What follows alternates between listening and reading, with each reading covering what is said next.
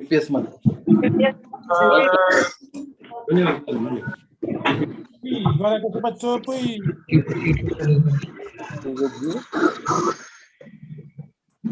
Second dose. Second dose. भेजना पड़ेगा add out करना Olha que adiante. छोड़ना पड़ेगा पासवर्ड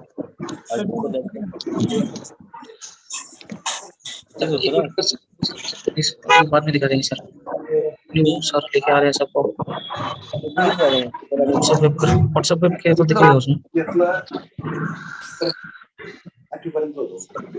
भेजिए फिर मैं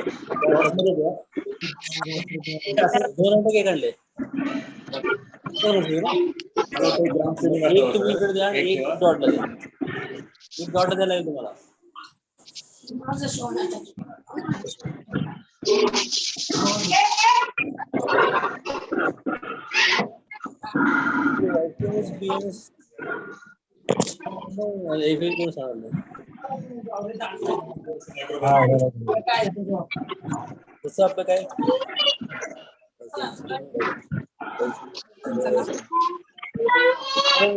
सोपं येतं गुरु आर्टिफिशियल आयसीएम आपल्या घरी जरा माझ्याकडे नव्हतं ते ऑर्डर करू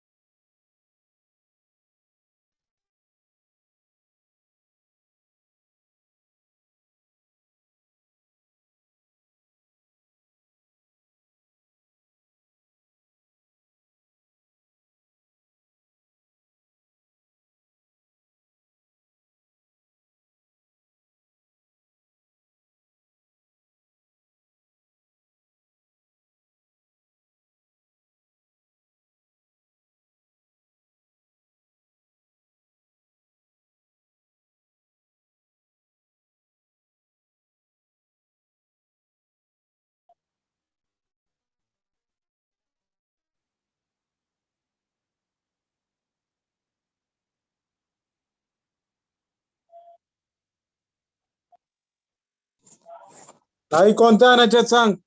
3XL अशी कपड्यात. दाखव.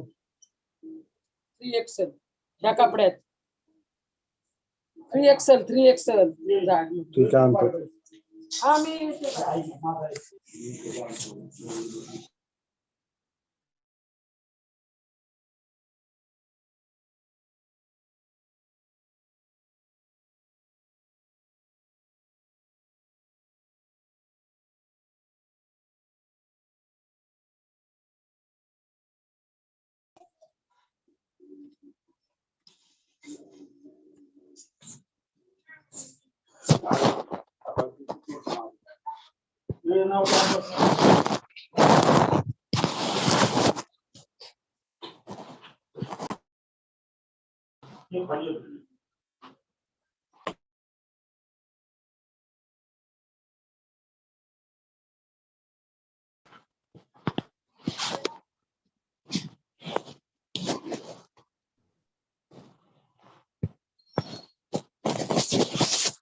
As you all know, COVID-19 is a new disease that has wreaked havoc globally. Even though the situation is better than what it was previously, there are still several critical unknowns that we have to be prepared for.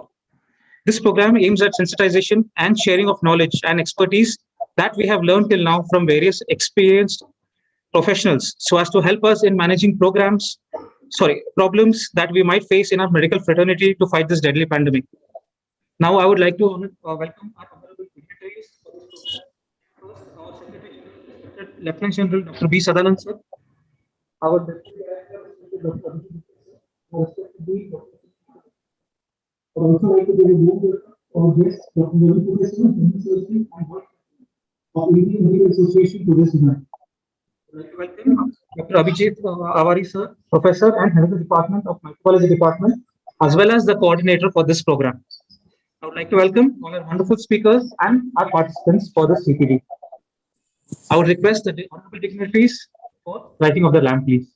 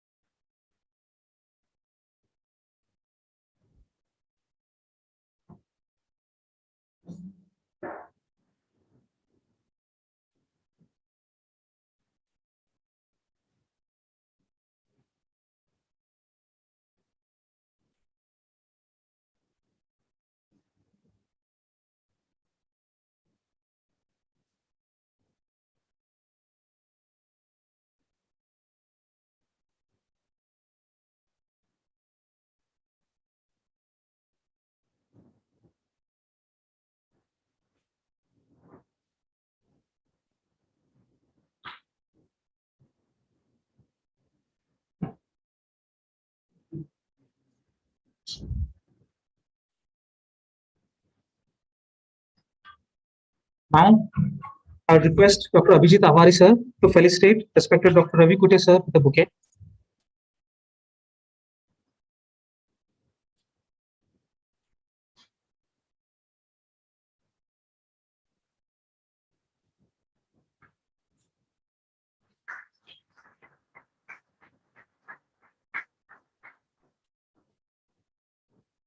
Now I would request Dr. Nachi Anchavale madam to felicitate Dr.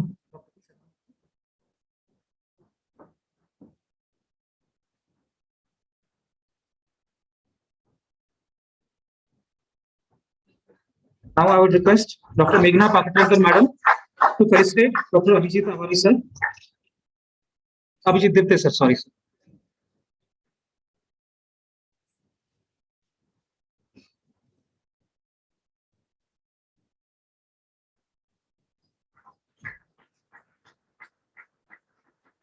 I would request Dr. Devapati sir to felicitate Dr. Sunil Nakamaste.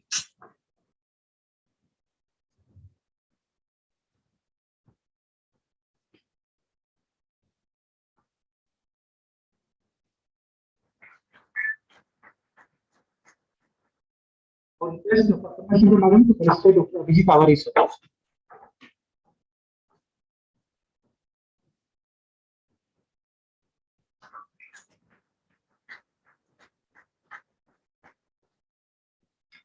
Thank you.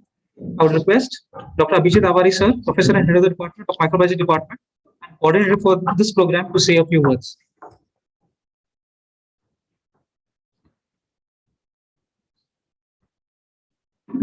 Well, all welcome to all the dignitaries on the dais and my students who have been supported. I just want to say within 2 minutes that management is very supportive to me all the time for all the activities which has been conducted.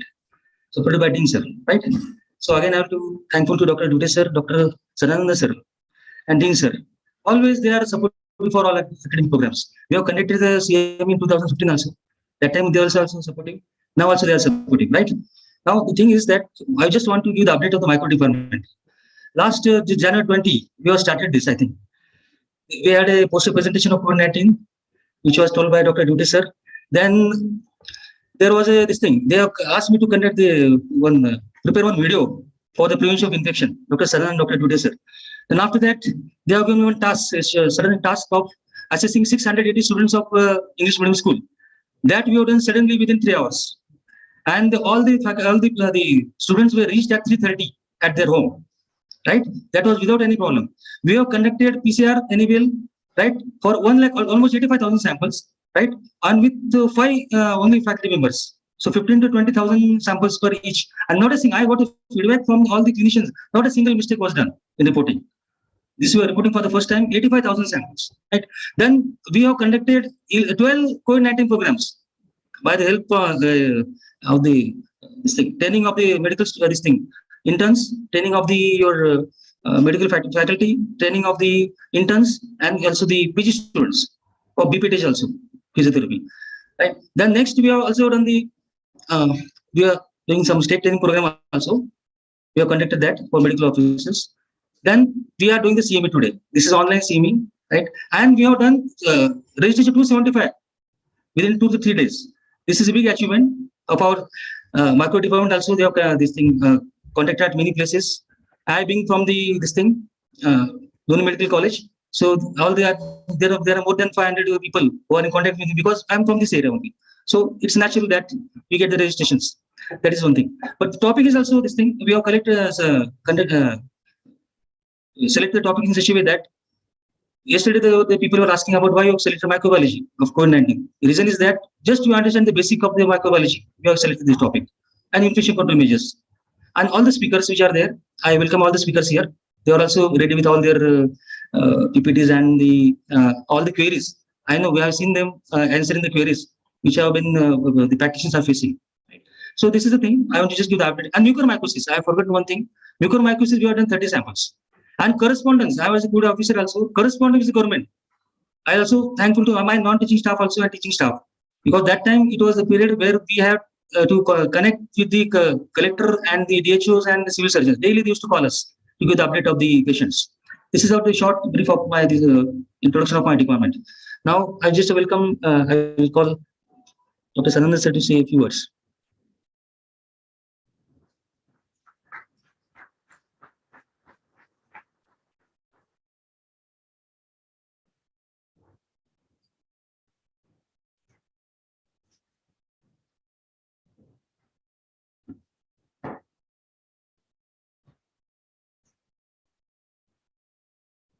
Good morning to all of you.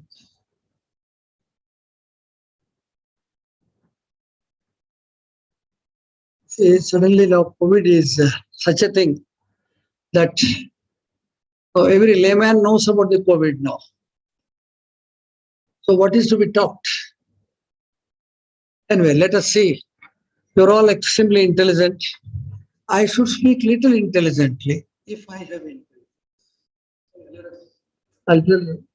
Nostradamus, the famous French astrologer, in 1555, he has written a good book, Pes Prophetis. That is a famous book for all of you students. You can read in English language. That shows what are the futuristic events that have occurred. But the greatest thing is, as mentioned about Henry II's death, how it has occurred, how John F. Kennedy was assassinated, how Second World War, Hiroshima and Nagasaki bombing, and fourth one, rise of Hitler. These are the very, very famous total 10 things are there, which are very, very famous prophecies he has done. Similarly, you have seen all of you movie Titanic. You must have seen Titanic. See, in Titanic, Morgan Robertson, in 1898, he has written a wonderful book, Futility. In that Futility, he has written Titan, like one ship in North Atlantic Ocean, hits a big iceberg and splits and then goes down. Its name is Titan. Size of the ship is the same.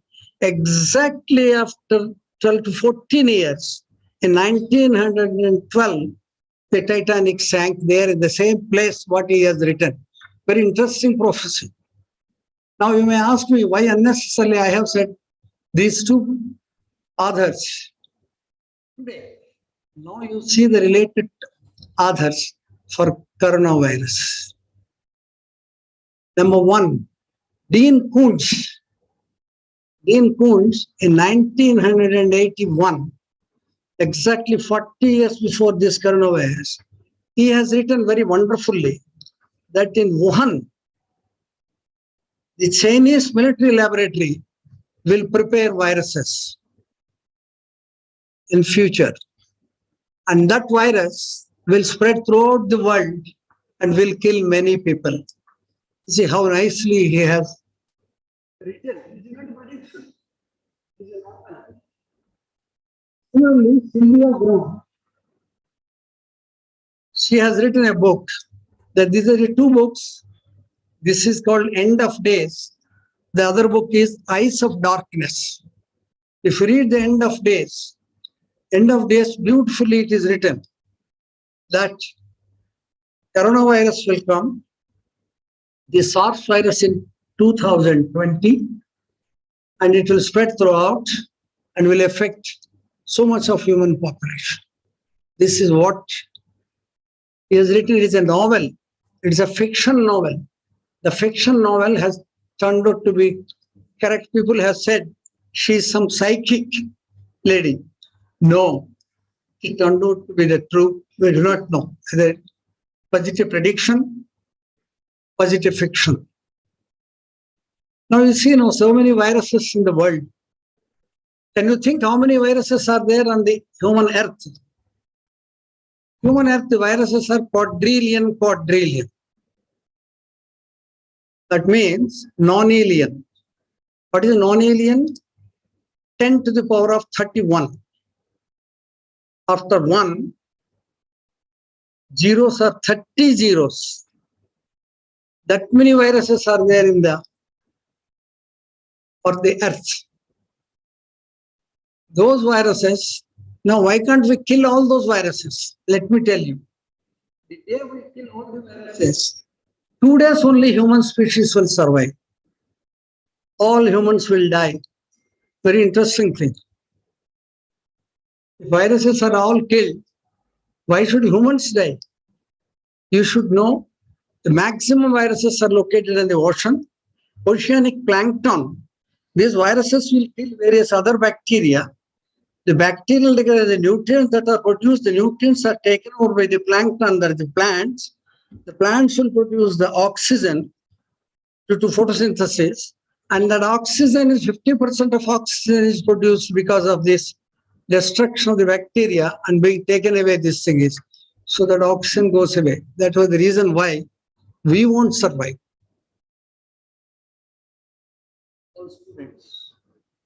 Now, similarly, what is happening now? So many diseases are coming.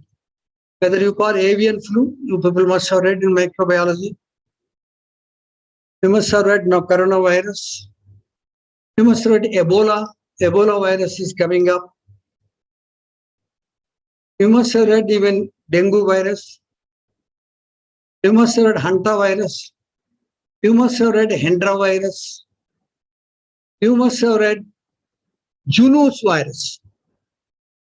You should have Lassa virus. You should MERS, Middle Eastern Respiratory. You should have read Sabi virus. You should have read SARS virus. You should have read Zika virus. There are so many viruses nowadays coming up. Now you may think of why these are named. Even I can tell you coronavirus also. These microbiologists and scientists and everybody, they're naming so many things I'm not able to understand. Sometimes they got alpha mutant, then they went to the beta variant, they went to the gamma variant, then they come to the delta variant, And straight away they did not go to epsilon. Epsilon chhod diya. Theta chhod diya. Eta chhod diya. All this is what mu tak pahunch gaya, mu virus. If you read the Greek alphabets, mu comes very late.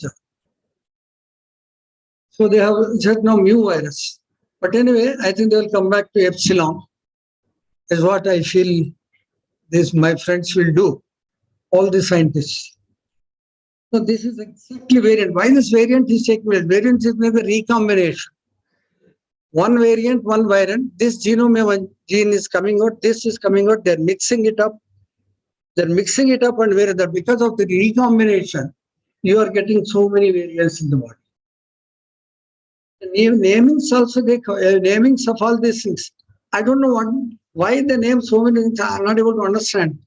For example, you see the name of the one virus, Ebola virus, they say, let us see on a river, Ebola river. Now, for example, they go to the Nipah virus, they will say Malaysia, there is a village. And let us name after that village. And I think tomorrow, at least name some virus after his name. That is the only thing. It will be very difficult how foreigners will know to understand all these things. This is going on. Same thing. Let us see already hepatitis A, B, C, D, E. They left F. They reached G. Very interesting. They left F and they reached G.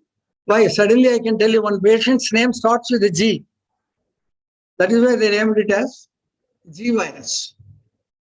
I think they will come back to F now. They realize this is exactly what is happening in the viruses. I'm not going to speak anything else. I'm not going to speak of the prevention, because most of you have gone through all these things. But what I would like to tell you is, as far as this viruses are concerned, let me tell you, in future also we will get definitely pandemics. Pandemic is required. Pandemic is maintaining the ecological balance on the earth, ecological balance on the universe. Please remember, this balance cannot be. Once human population increases too much, some other pandemic will come and then bring down. That is why in 19 and 18, the Spanish flu has come up. Spanish flu has come up and killed so many people. Though it is called Spanish, please you students should realize it was not actually originated in Spain. It is originated in American soldier. The American soldier actually started, but at that time, what they were fighting, this side, the other forces, they all suppressed the news. They didn't inform anywhere that American soldiers were affected. But the Spain is neutral in the First World War. As Spain was neutral, Spain about their country, they have mentioned it, yes, we are having flu. So based on that statement, it is called as Spanish flu. Anyway, they have given me only 2 minutes. I think I have crossed 5 minutes. Isn't it not? I think I should stop here and wish you all the best and do very well. Why I said all these things is, now present generation, let me tell you, is because of availability of mobiles, laptops, pads, whatever you call it, and you will have everybody is having Androids, almost all, whether you call Instagrams and WhatsApps and all, these are all routine things. Facebooks, Instagram, WhatsApp, these are all routine things for all present generation boys and girls. So that is why we are nowhere. That's why I always tell everyone, my friends, I should have been born at this stage. Then easily one can. We didn't have anything during our whole lifetime. We wanted, just we saw recently when we become little elder, but it is not required. We are having the mobile. Anyway, best of luck. I'm sure you will understand actually about the coronavirus thoroughly. Thank you so much.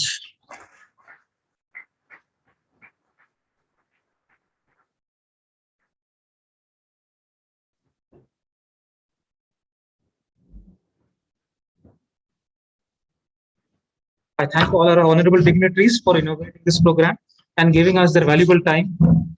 Thank you all.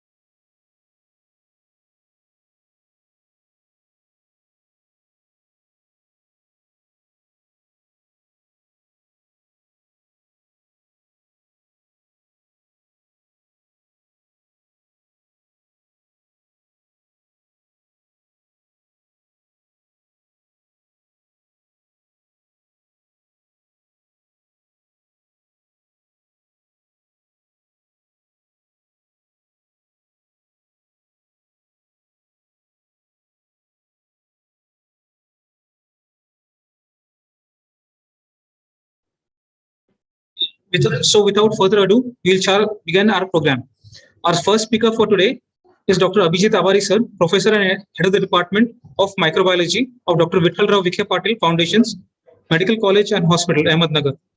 Sir will be talking about microbiological aspects of COVID-19.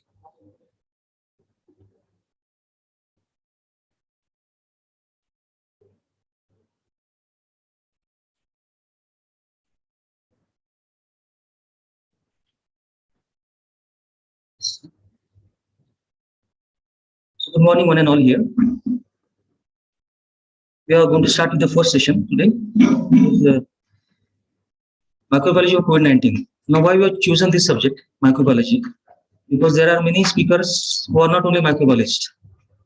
And there is a recommendation from the many people that if you want just highlight the point of microbiology about corona. Therefore, we have chosen this topic. Instead of wasting time now, I will go further. Because this was not included, this subject was not included in your coronavirus. When we are doctors, when we are in MBBS, second MBBS, it was just written viruses, swine flu was included, but corona was not included. Therefore, just we are going to highlight the point about your microbiology of COVID, that is coronavirus, and the little about the lab diagnosis. Coming to this infection. Now, all these training programs, all these infection control activities are carrying out since 2 years because of the pandemic, corona. So here, we know that all the signs and symptoms of corona, everybody must be now knowing the signs and symptoms of coronavirus. So patient comes with a mild cold, sore throat, body ache, and fever. There are certain other symptoms also, which I will come to, will highlight in the next slide. So here, ultimately, why the programs are conducted, the reason is that ultimately patient goes into the multi-organ failure and the shock. There is ALDS, acute respiratory distress syndrome, and patient goes into the failure. Now, there are many people, they say that there is only one coronavirus.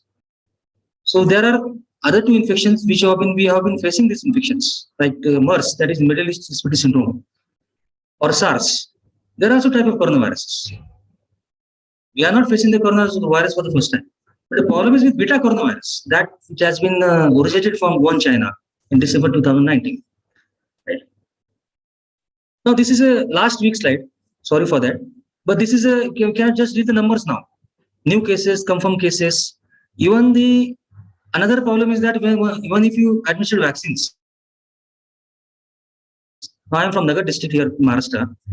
Even if you administer the vaccines, we are getting the cases where people are going into ventilators. Patients are difficult to, because once the patient is vaccinated, he thinks that he's not landing complications. But we are still getting the cases. They are going to do, they are landing into the problems like ARDS and pneumonia and then ventilator, the required ventilator. These are the confirmed deaths. These are the vaccines administered in the world. So this is we can't read the numbers now. These are the countries. Some people say 180, some people say 200 countries. I don't know. This is a map of all the countries that are affected. And now in Corona, one thing is there. Today, what is the information is there? What I'm speaking today may be old information. And what are the people as last 2 years? Where are the doctors? Where are the nurses? All of them are gathering at one place and they are discussing about their own region. But everybody's discussion is different. You can just imagine this pandemic. Not proper guidance. I will not say proper guidance is not received, but there is confusion. Somewhere there is confusion, I will say. I will use the word confusion regarding corona. क्या करना है? कुछ लोग बोलते हैं ivermectin use करो, कुछ लोग बोलते हैं मत use करो. Some people say use your Ecosprin. Some people don't say. Some people say use steroids. Some people don't say no. You don't have to use steroids up to 7 days. These are confusions. I think in this CME we are going to. I'm sure that all the participants who are online, they will be able to get their answers. Now, regarding some people have requested regarding the structure of this virus. You can just see the structure. It is a RNA viruses. They are a group of RNA viruses. Now, we are facing the mutation. There is one more virus, that is swine flu. Swine flu, we have faced this epidemic of swine flu. This virus also was mutating. What is the reason why they are mutating? The reason is that both the viruses are RNA viruses. And RNA virus has got a segmented RNA. You must have read in Anand Narayan, old Anand Narayan book. Please, those are doctors, they have recollected, you can recollect your knowledge, and you can see that RNA virus has got a tendency to mutate, not this thing. And they have got a segmented RNA. So segmented RNA is a structure where it gives the mutation. Just like you must have studied in influenza, antigen shift and drift and all. This is because of all your segmented RNA. So we can see the structure of this coronavirus. This structure is moving since 2 years in WhatsApp and everywhere. But this is yellow structure is they are called as spikes. Why this structure is focused? Because on RT-PCR report, we have got a different, it is written S, E. What are these? These are genes. And these are proteins which are present on the structure of the coronavirus. So spike protein is yellow in color. You can see there is a nucleic acid, N, gene. Then the lipid portion, this is envelopvirus. And another is the membrane protein. Right. So this is a structure where we always notice on the RT-PCR report. Right. I'll come to that. Why this structure? Because structure is important for you. Because anybody can get now HR, CT, and PCR. ये सब पूरे गांव में गए, सबको पता है. Now we have to go a little further as a medical persons. So that what is the, we should be able to read the report also now, because we don't have time to teach everything now. Okay.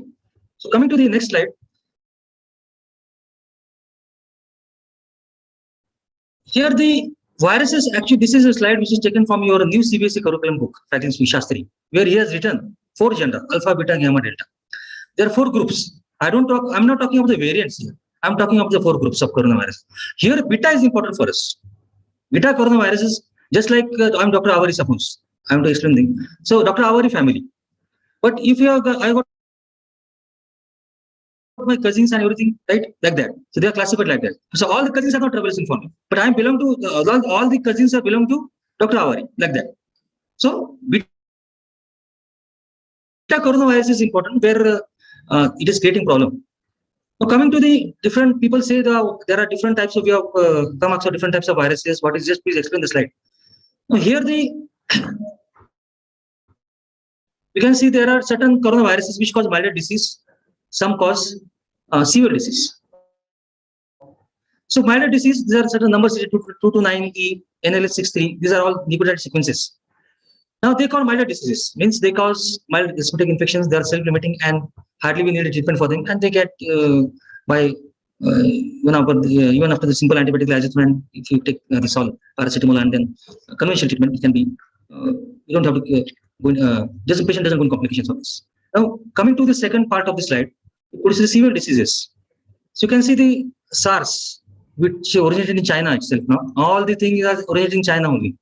I don't know the reason for this. They have got one lab there.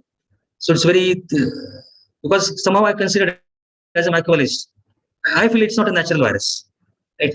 So you must, by this hint, you must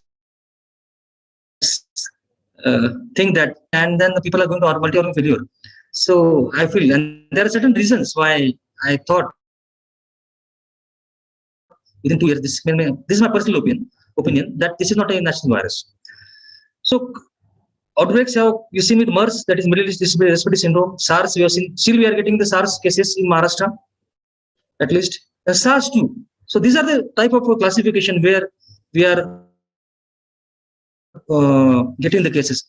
SARS too is important for us, beta coronavirus right now. Now, coming to this slide, here we can see some animals, some there's a diagram of bat there. So earlier we had seen many WhatsApp videos and WhatsApp images. This started from the bats. I think all the reservoirs of the viruses are in bats. Okay, but there are certain animals. Why don't we focus here? Some document came that pangolins, they are also the important causes of causing this, transmitting this pandemic. But I think after that no document came. Initially the document received from the all your in Google or internet. It says that all this is transmitted from the bats and these animals. But bat is a reservoir, no doubt. Bat doesn't get infected, but it can transmit infection to pangolins and civet cat and MERS. But pangolins and the cats, they are also the reservoirs of these coronaviruses. Pangolins are the animals which has highest trafficking in the world. So these animals are found in mountainous regions. They are sold for crores of rupees, they say, and therefore they say that it is a this thing. Close contact with these animals, they can transmit the infection to human beings. So camels with MERS, SARS, civet cat, and pangolins. How much is the transmission? We don't know the rate exact. But this is one of the suspicions where the human beings are getting transmitted from these animals. But how many people we are trafficking from pangolins? How many people are close in contact with civet cat? How many people are in contact with MERS? That is also a method of this is a topic of research, right? So we are facing this pandemic after the Second World War. Pandemic means Second World War. How many people died? You know, so I want to don't want to remember this fellow, but still we have to quote Adolf Hitler. He has killed, I think, how many 6 million people. So after that, there was a crisis of financial crisis in the world after Second World War in 1945, and then now the crisis occurs in all and every regions of our society, all finance everywhere, business everywhere. Now, I just want to focus on this slide. There was a big discussion last May 2020 in my institution also. All the physicians, they said it is transmitted by your respiratory droplets. There is no question of any airborne this thing. But I was the only person to say that it can be airborne also. But everybody didn't agree with me in the first meeting. How it is airborne? Now everybody is accepting, I think. But I didn't receive any authentic document that it is airborne also. Here you can see on the focus on the slide where it is via respiratory droplets and contact roots. Okay, here there are two people. You can see the two. I'll say those who are yellow color on the slide. They are all the infected patients, and those are without color. These are the non-infected patients. So here airborne route by close contact they are transmitting by means of sneezing, by means of coughing, everything. These droplets are released. Okay. Now actually I'm not able to show this slide, another part of the slide, because this is focused. In the infected patient can transmit.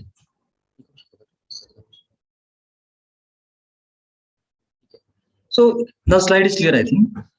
Here, in the first close contact, inhalation, the other person who is not infected is getting the droplets or droplet nuclei by inhalation, by sneezing, then he's become susceptible person.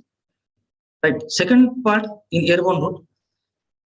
Now the person who is infected, who is a patient, for example, is a patient, by expiration or by any means, by sneezing or coughing, he's dropping the this droplet nuclei or droplets, and he's transmitting that all these droplet nuclei droplets they are deposited on the surfaces. And what is happening here? Again, there is resuspension of that. So those droplet nuclei, they are resuspended in the air, and they're again transmitted to the susceptible person by means of inhalation. So this cycle is going on, and all these foamate bombs, all the droplets which are deposited on the surfaces in the hands or on the benches or on the your laptops, all your gadgets in the home, which are the contact surfaces, they are deposited and then again carried to the non-infected person, and he becomes infected. I think this slide is very much clear if you look at it. Okay. Now coming to this, now there is this thing. So when person is in close contact with 1 meter distance, it can transmit the other. So it actually minimum distance of 1 meter. There are many documents. Some people say 1 meter, some people say no, it is 2 feet, some people say 1 feet. But I told that in the very beginning. Whatever I say today in CME, that may become this thing. May not be true after 1 year, of 2 years. This is happening with Corona. Okay. So this is the very first slide I have explained this. I have quoted this because we are trying to learn this Corona. I don't know. There are many training programs conducted in the last 2 years, but everything in the document, ICMR is also changing, and national documents are also changed, Google is also changing all the references. So there is a coughing and sneezing is this thing, and if the people say it is not transmitted to air, why they are using N95 mask then? Okay. So directly, so patient mouth touching the contaminated surfaces that you have explained in the slide. And as a microbiologist, I am doing this infection control programs since 20 years in different. I work in Gujarat, I work in Bhopal, I work in Maharashtra at many places, I work in South. Hand washing, whenever you go for any microbiology conferences, At the end of the slide, it is written. The slide is like infection control conferences I want to put. Hand washing is the gold standard. So this is the thing. So hand washing can save this thing. Even I will say, if I have to put about UTI in hospital, 80% of the E. coli is transmitted to fecal matter. Are you washing the hands properly? So hand washing is not this thing. Just Simulvis was the first person to say that sepsis is caused by the contaminated hands in 18th century. That time everybody laughed at him. But now we are in such a stage that we say that hand washing is mandatory now. Now everybody, we have got now even in villages and all. Everywhere. The layman is also knows about the PCR, he also knows about the HRCT. Pandemic has taught many things, and he also knows about the hand washing. Okay. So coming to this, N95 is important, and where aerosols are generated. We are working in hospitals, different setups. So aerosols are generated because of different procedures also, like endotracheal intubation. Here also the aerosol transmission takes place. Many doctors have, many nursing staff, paramedical staff, they get infected because of aerosol generation, airborne transmission, contact surfaces, contaminated contact surfaces and all. So airborne transmission can be generated by all your these things. But procedures also. Nursing staff who are there, please no, it can be generated through procedures also. Now coming to this slide, what is the key difference in? I told there is a controversy regarding the transmission. So there are two types. I will revise that. For doctors, I think those who haven't read the PSM and this thing, just have to revise this slide. Mode of transmission. There are droplet means those droplets, those particles which are more than 5 micrometer. And airborne transmission, it is droplet nuclei. Again, I am repeating this. There is a confusion. Droplet nuclei is less than 5 micrometer. So what is happening? There is a direct physical transmission by droplets. Those particles which are posited 5 micrometer because they are heavy particles. And those particles which are lighter particles, that nanoparticles, which are droplet nuclei. So L1 transmission is there because of droplet nuclei. Right? So coming to the other slide, where we can see the other part of the slide. When the patient coughs and sneezes, he can transmit the particles less than 5 micrometer to the human ears. It can transmit to the ears, to the airborne, and then it can be transmitted to the other part of to the air. It can pass to the susceptible person or the person is not infected. And more than 5 microns, they are deposited in the surface. So airborne transmission droplet split, both of them are there in corona. That is what I want to say. Understood? One is particle which is less than 5 micrometer. It passes through air. When the person coughs, sneezes, right? And the other, which is when the person coughs and sneezes, deposited on the surfaces. That is droplets. Now, therefore, I want to say, how can thousands of patients are coming by droplets? You can see I have shown the slide. How many people are infected in the world just because of droplet? I don't understand this. So I, in my institution, first said last 1 year as a microbiologist, 1.5 years ago. It is maybe because of airborne also. Nobody accepted this. How can people itne gaon se itne log aa rahe? It is because of droplets? I don't think. It is because of airborne also. So here coming to the pre-symptomatic transmission. If the virus is shedding from the patients, so there is before, I think some people say 1 to 3 days before the onset of symptoms. It is 1 to 5, I will say. Some slide mention 1 to 5. But 1 to 3 is appropriate. Some documents say 1 to 5. 1 to 5 days before the onset of symptoms.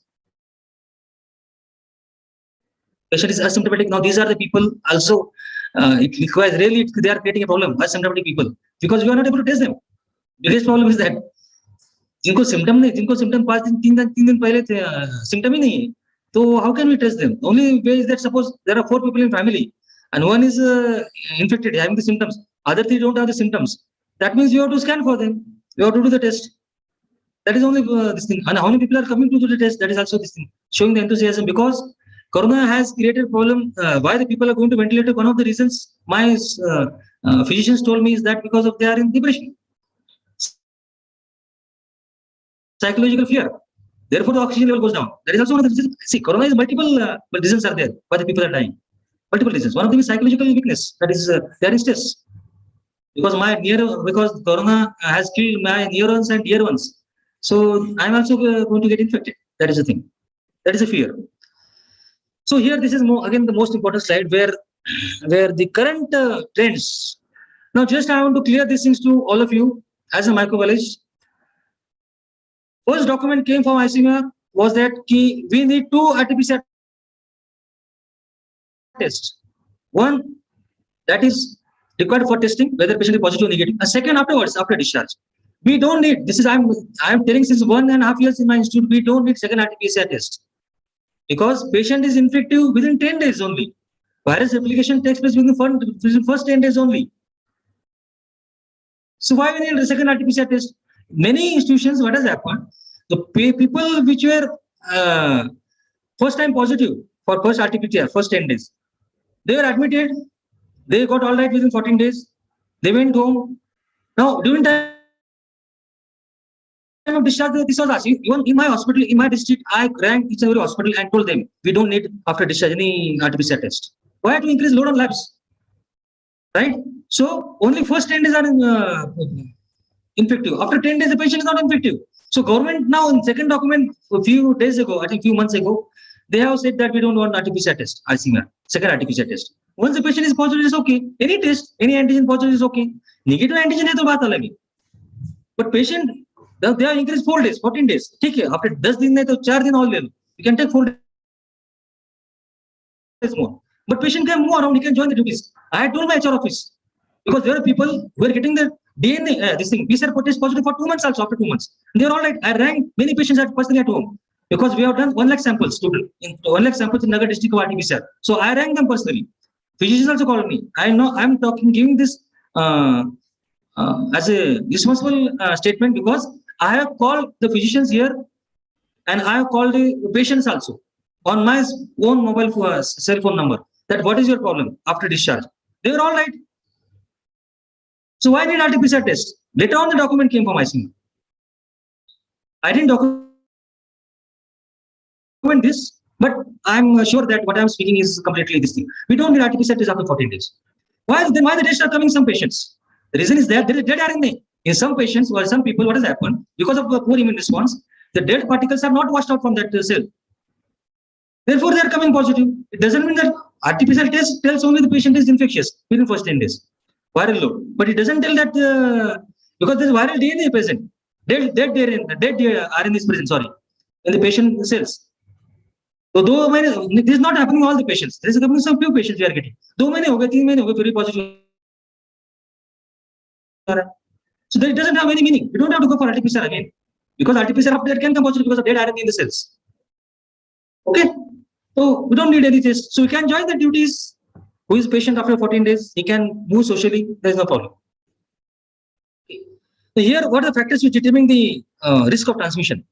In first 7 days, first to 10 days, I will say, because first 7 days it is infective. After that, antibodies are developed after 8 to 10 days. So viral load is increased to 5 to 6 days first. So 7 days, I will say, in the upper respiratory tract. After that, there is no viral load becomes low, and after 10 days again there is formation of antibodies, 8 to 10 days. So it is minimal. So minimal risk of transmission only within the first 10 days. And there are reports where it has been transmitted through fecal matter. Yes, this is also one of the important aspects. People are not taking into. Patients can transmit. Those are not having this thing, washing the hands properly. They are admitted in the hospitals. They can transmit the infection through fecal matter, because fecal matter comes in contact with the hands and patient can be infectious. So highest risk of transmission is from 5 days, and after that 5 days it reduces, because viral replication takes place within 10 days. Okay. Coming to this is most important slide. Now there are, as a microbiologist point of view, I just want to focus this slide. Why this pandemic has lost many lives? The reason is that this slide. Somebody has asked me regarding some physician in Nagar. They have asked me the reason why the people are getting vaccinated and they are getting infected and they are getting they're landing in the problems after vaccination. Also, there are many reasons. One of the reasons is this. This answer was given by me on the one reference I got. Right now, I didn't focus that reference. There is spike protein. Therefore, I focus the first slide of coronavirus of morphology. You can see the spike structure there, violet color. And this coronavirus get attached to AC2 receptors, angiotensin converting enzyme receptors. Now, these receptors are present in respiratory tract, oropharynx, they are present in kidneys, they are present in heart, spleen, everywhere. So this is the thing. Therefore, I didn't think this is natural virus. One of the important reasons, because AC2 receptors, how can this virus get attached to all these receptors? That means it is plant thing. And the people, it is a systematic planning. Goes into directly, my patient goes into mitochondrial failure. So here the spike protein is there. it has got two portions, GBD portion and RBD portion. RBD is receptive binding domain, right? Now this is not taken into accounts, where RBD is the portion where viruses get attached tightly. I use the word tightly to the AC2 receptors, RBD portion, right? Now, what is happening after vaccination? RBD antibodies are very minimal. Therefore, RBD antibodies should take care to inhibit the attachment of the spike to the cells to AC2 receptors. Whether this is taken care of. One document says this has been given by me to some physicians that RBD antibodies are not developed. Which are the antibodies? Which are the antigen which get attached directly to the AC2 receptors, or they are in minimal amount. Therefore, after vaccination, RBD antibody is not in maximum amount, which should inhibit the attachment of the spike to the cells. It is GBD antibodies, right? So this is the important slide where I have given the answer. These all depend on some reference. I don't have a reference right now. So this is the thing. AC2 receptors are which are present. Start from the phalangeal epithelium, and then after attachment, it causes the all. What does it cause? It causes cytokine storm. Now this is whether we are not acquainted with cytokines. Yes, we know everything about cytokines. Cytokines is the most important protective response of our body. Then what is happening in this thing? Again, I don't feel it's natural virus. Because hyperactive immune system. Of course, there are many viral infections we came across, but we didn't come across the cytokine storm in such a severe manner, I will say. The first is thing, what is happening here? See, once I have shown a diagram that once the spike protein gets attached to the your AC2 receptors, there is activation of immune system, T cells. Then the immune response, all T helper 1, helper 2, interleukin 1s, they are supporting activation, then interleukin 2, then there is activation interleukin 4, 5, 6, then their beta cell activation, plasma cells are activated to form, differentiated to plasma cells to form antibodies, and these antibodies are taken care of. But this is okay. But when anything, you must know, if you are studying forensic, any chemical in our body, it becomes lethal, it becomes a poison. The same thing in cytokine storm. Cytokines are the protective response of our body. They should give protection. But why this is happening in this case? Massive amount of cytokines are released into the bloodstream, and they are getting problem to our own organs. Okay. So why this is happening? One of the important documents says macrophages. Macrophages are releasing. Now this is a matter of research. They are releasing enormous amount of interleukin 1, which alluring macrophages and the macrophages of this system. The reason is not known. Why macrophages in this case in coronavirus they are releasing more amount of interleukins than any other disease. Okay, so this is the slide of other interleukins. Interleukin 2 R, then there is gamma interferons, alpha gamma interferons. Then there is this is MCP 1, MCP 2, T1 necrosis factor. These are okay. These are called, others are called the important ones are pro-inflammatory cytokines. So what does this cytokine do? Does cytokine causes host injury? How does it cause host injury? Now this is a slide which has focused, which there is alveoli.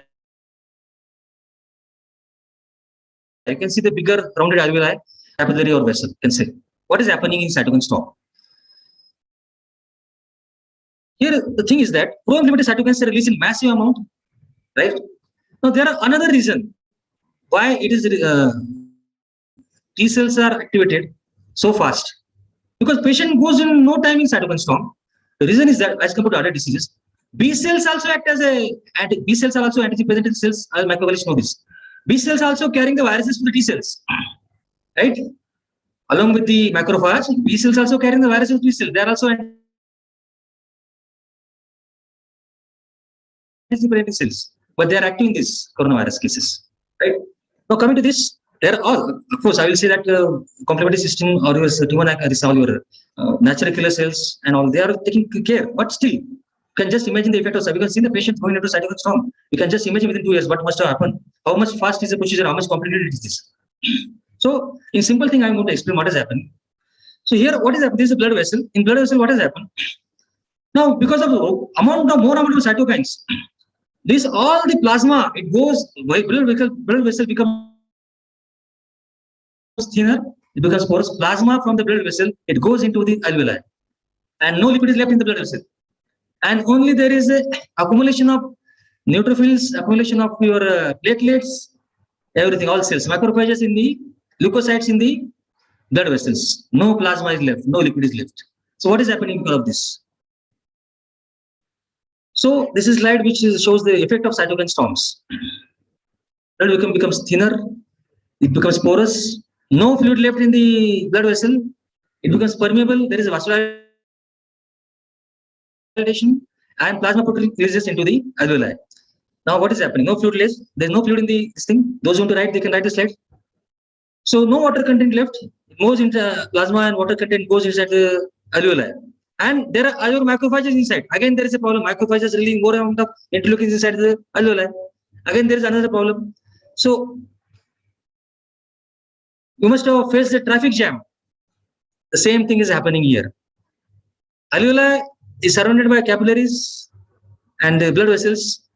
So what is happening? ACE2 receptors are present in all the most organs. So there is a traffic jam. Only cells are left. No liquid is left, and there is a coagulation. And there is microthrombosis and this thing. And therefore the patient is going into multi-organ failure. No oxygen, no blood supply, ultimately. So there is a tissue damage, right? Leading to lack of oxygen, decreased blood supply, and therefore we required ventilators, we required BiPAPs, and I required oxygenation, then everything is required. So this is a simple way of explaining the cytokine storm.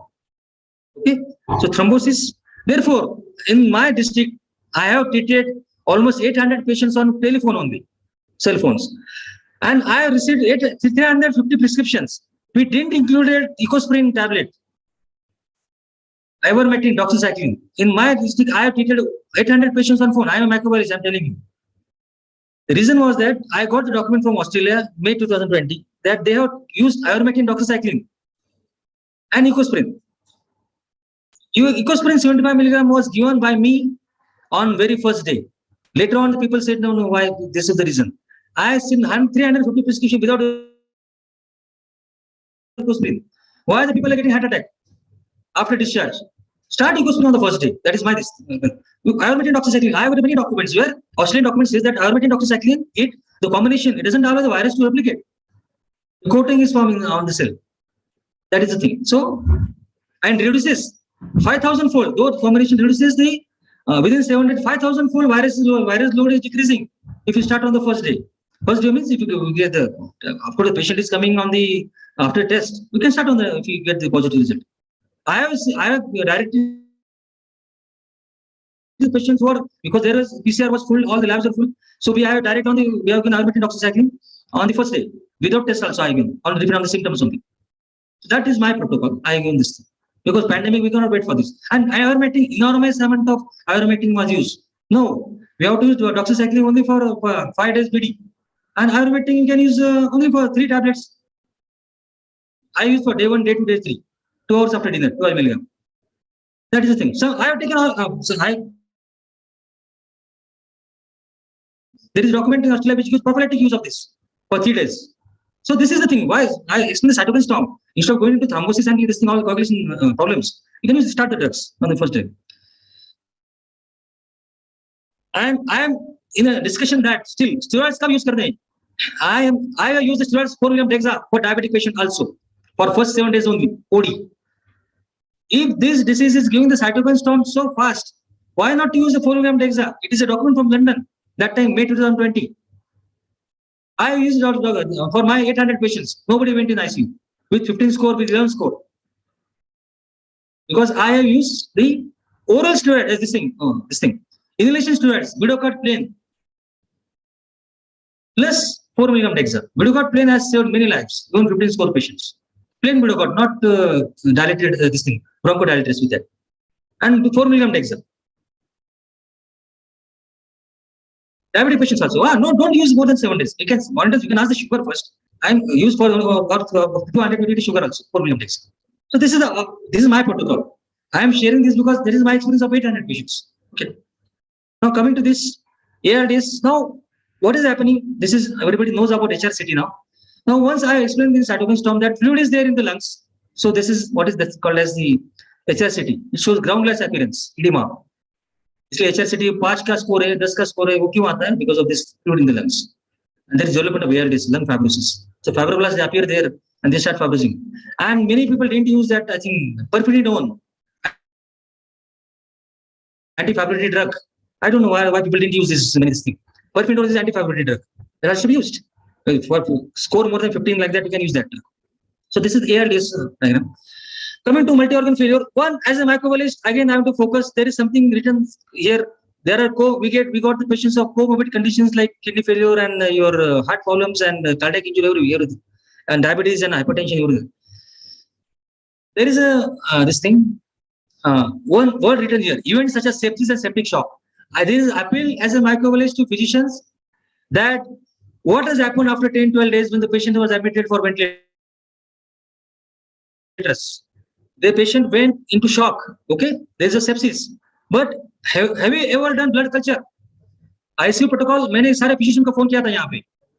मेरे खुद के patients गए हैं. क्यों गए हैं? There is a protocol of ICU. Use tocoplanning. Use this thing. Your meropenem, imipenem. अरे वो लेकिन sepsis because of corona patient वो तुम्हारे bacteria को whether because most of them blood में pneumococcus जाता है. Pneumococcus, MRSs from upper respiratory tract. But whether they are responding to these drugs. No, we have used levofloxacin.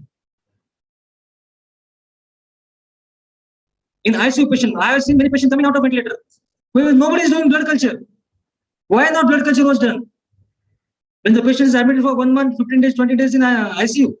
So please do blood culture for sepsis and get the bacteria isolated and use the antibiotic. Don't use your own protocol now.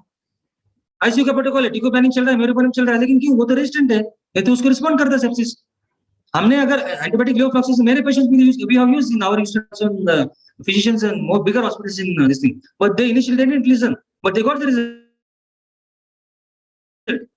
मैं levofloxacin use कर रहा इसका मतलब वो नहीं कि लेवोफ्लॉक्स आप use करो. I listen many on telephone levofloxacin oral patient responded, but you can do the blood culture in sepsis when the patient is getting critical.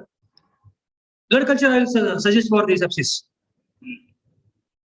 So surfactant, now there is reduced production of pulmonary surfactant because of this all fluid and there is fluid interferes and alveoli tend to collapse, alveolar collapse, reduction in the fluid in interstitial space, edema in the lungs, causing the hyperactive breathing. So there is increased lung volume in interstitial space, so patients becomes hyperactive to get the oxygen. Coming to lab diagnosis part. So I'm just going to cover a few important points of lab diagnosis. This is the thing. Now, all there who are listening, there are doctors. मैंने एक को पूछा यहाँ पे कि तुम when the PCR was started, how to take the samples for antigen as well as RT-PCR? He said neuropharyngeal swab, fine, oropharyngeal swab. तो कैसे पता चलेगा? How will you know that sample is collected properly? वो क्या बोलता है? जब मैंने नाक में पूरा घुसड़ देगा वो स्वाब को, जब तक वो पूरा घसेगा नहीं, पूरा लिक्विड बाहर नहीं आएगा मुंह से. That is the correct method. And oropharyngeal swab का क्या है? PCR के लिए what he said, you know, जब तक वो रोता नहीं, पूरे आंसू नहीं आते. That is our. He told bluntly to me, "We are doctors. Please guide them. It is very easy procedure. Just to roll the swab in nasal cavity, nasopharyngeal, and just to posterior pharyngeal wall. Everybody knows about posterior pharyngeal wall. Just touch the posterior pharyngeal wall and roll it. That's all. Why we need tears for that? Already he is in depression, patient, and in very first moment you are asking to cry, right?" This is the thing. So this is the referral form. This everybody knows about ICU referral form. I don't want to go in details about this reference form. Now coming to the this slide where there are VTM is mentioned, viral transmission media. This is important because if you there are certain areas where the swabs are not sent earlier because there is a too many cases in PCR, too many samples are accumulated. So you have to keep the swab for some time. Suppose you can put in the viral transmission media, which allows the swab to virus to remain alive. Okay, so virus remains alive there. So there are two separate swabs. You can see the picture. One swab is thick, another is thin. One the thick swab is for the your RT-PCR oropharyngeal swab. Thin swab is for antigen. So VTM becomes there is a buffer in that which as virus remains alive. So if you want to, if there is some problem, too many patients, too many swabs are collected in PSCs and your hospitals, you can wait and can put at 4 degrees Celsius and VTM can allow the virus to remain alive. Okay, so don't panic. Only thing panic problem is that when the patients are there in hospital, okay, that I understand. But now there is much more awareness is there and much more planned hospitals are there. We are facing the pandemic after 100 years. So still we are facing them, we are struggling with them, with the patients. But this is one of this thing we can delay the swabs if you want, keep in the fridge and VTM. Now there is a Ziploc back there. 4 degrees Celsius temperature is important. We can put this is infective material. And many people they got infected. We cannot avoid that in Indian hospitals or everywhere. What to do? There are too many patients. I will not blame our system because we have worked as a doctors. Everybody has contributed. Now we had 2,000 to 3,000 samples per day for RT-PCR, but still we have to. Everybody has to work. Then otherwise, how will get rid of this pandemic? So this is a thing. Coming to this. Now there. In Maharashtra, there Mahad area, we got another symptoms. I called one physician. He was the first physician, I think, who did Mahad area. He's a physician old. He didn't use remdesivir to any patients till now. Reason was that he used ivermectin, doxycycline, ecosprin, and your steroid dexamethasone, methoxazole. Since last pandemic has begun, he said that when I talked to him telephonically. Along with the loss of taste and diarrhea was in the symptom in the second wave. He said that I received 2 types of patients. The patients who had hiccup, उसकी, तो उसको ऐसे 4-5 patients मिले. They had in second wave who had hiccup, and they did RT-PCR, they are positive. And another patient for insomnia. They went to psychiatrist. They were moving for 10-12 days, and no other symptom, only insomnia. They were RT-PCR positive. This is actually this is not documented, but this is on. We had discussions with many physicians, many medical officers. This presentation is prepared in such a way. Presentation this is prepared on the basis of their feedback. What are they facing the problems in this thing? This is not actually academic presentation. I will say this is a presentation depending on the queries that I have received as a lab director of PCR lab as a HOD microbiology. In this, because I had connected with 280 almost medical officers and physicians, more than 300. Daily they used to call me. We had queries regarding RT-PCR, their queries regarding patients. So this is prepared in this way. This is my experience I'm sharing. So what is a RT-PCR? Should not be repeated. Once it is tested positive, why to test again? Why to increase the load? If the antigen is positive, why we have to again do the antigen test? If the antigen is negative, then you can go for the RT-PCR. Okay, so no testing is required for recovered patients. Number one, patient is recovering. Once he is positive for any test, either antigen or PCR, we don't require the test. During discharge, no test is required. Okay, so if the patient is having symptoms and antigen is negative, then we can go, because antigen test comes positive in the first 5 days only. After the antibodies develop, at the most 4 to 5 to 6 days. I will if the patient is coming late, then it is many patients I have personally contacted within 1 lakh. I personally contacted at least 5,000 patients. In every different patients, they are saying that our antigen is negative, but we are feeling breathless. Because I had 1 lakh patients of RT-PCR lab, so I contacted depending on RT-PCR. So I contacted them and then I asked them to do the RT-PCR and like everything. Personally contact थी मेरे, इसलिए मैंने phone की. तो वो बोले PSC में antigen negative बोला है, तो अभी तो RT-PCR की जरूरत नहीं, but we are feeling breathless. So in that time, it was in last 1.5 years ago, right? Now it is everybody knows antigen negative है, so we can go for patient having symptom for RT-PCR positive, no problem.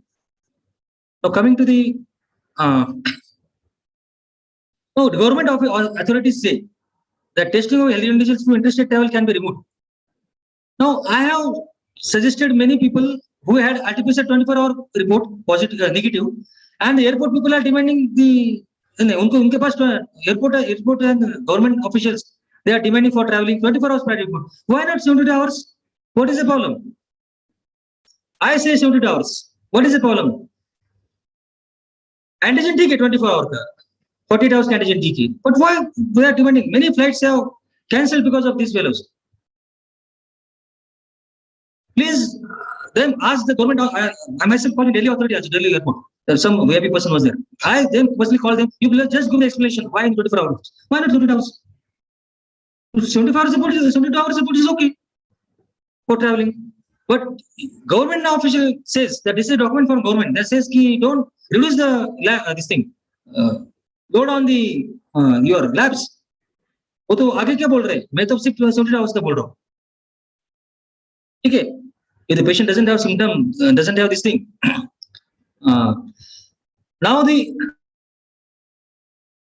I will share one experience by our honorable Dr. Sujit Adavki Patil, who is our MP here. He is also a neurosurgeon. He yesterday told me the one in our program that why the rural areas patients were coming because vaccinated line and your sample taking line was in the just a distance of below 1 meter only.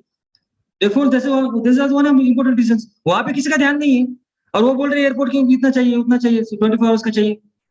This is my appeal. Whenever they are taking the samples for vaccine, doing the vaccination and taking the samples for antigen or oropharyngeal swab, have a distance more than 1 meter. This is one of the important reason. In Nagar district, there is a transfer of the infective material was because of these two lines were close. Vaccinated line एक थी और दूसरी थी swab की line. दोनों का distance ज़्यादा चाहिए. That is given by information given by our member of parliament. Depending on his survey in this Nagar district. Okay. So you can see this thing. There are 3 tests. One is antigen, rapid antigen, CBNet, and RT-PCR. Now CBNet is now this is the government document where I will come to that. Antigen test. Everybody knows this. Collect the specimens by nasopharyngeal swab. Insert the swab into the lysis buffer. Now everybody knows this. And add drops from the tube to the cassettes and wait for 50 minutes to get the result. This is ICD test. This is a color reaction, color positive test. Now this test has helped very much. Now first, I think last February or March 2020, I think Andhra Pradesh was the first state who collected the antigen test from North Korea. It was the first state, and therefore this. I think the cases of Andhra Pradesh later on they increased, but their surveillance of this thing testing was done by antigen test. This test has really helped us because अगर ये test नहीं होता तो हम लोग कर नहीं पाते इतना. Okay, in the pandemic, it is the most important test where we can do the. It gives the what is the advantage of this test? It gives rapid test within 50 minutes, rapid results. No sophisticated instrument is required, and we can be done on base side and mobile clinics also. हमारे पास महाराष्ट्र में late आया हूँ frankly speaking. Andhra Pradesh में पहला था because I got a staff member from my department who are from Andhra Pradesh. Therefore they told like that. So they got the test from North Korea that time and they screened many population because of antigen. So it is really helpful test. RT-PCR is a tedious procedure. It requires time. RT-PCR and there are several steps involved in that. So this test is really helpful. Coming to this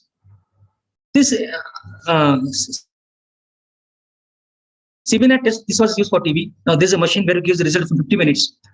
Right? Again, 300 microliters of solution from viral transmission media was used, put into cartridge, and of course, you have to take the swab, and then machine will give a positive negative result. Just like CBNet is used for all civil hospitals, it is available in many private labs for tuberculosis. Okay. Now coming to this RT-PCR, I don't want to go into details about this. This is given in your books. You have studied in microbiology.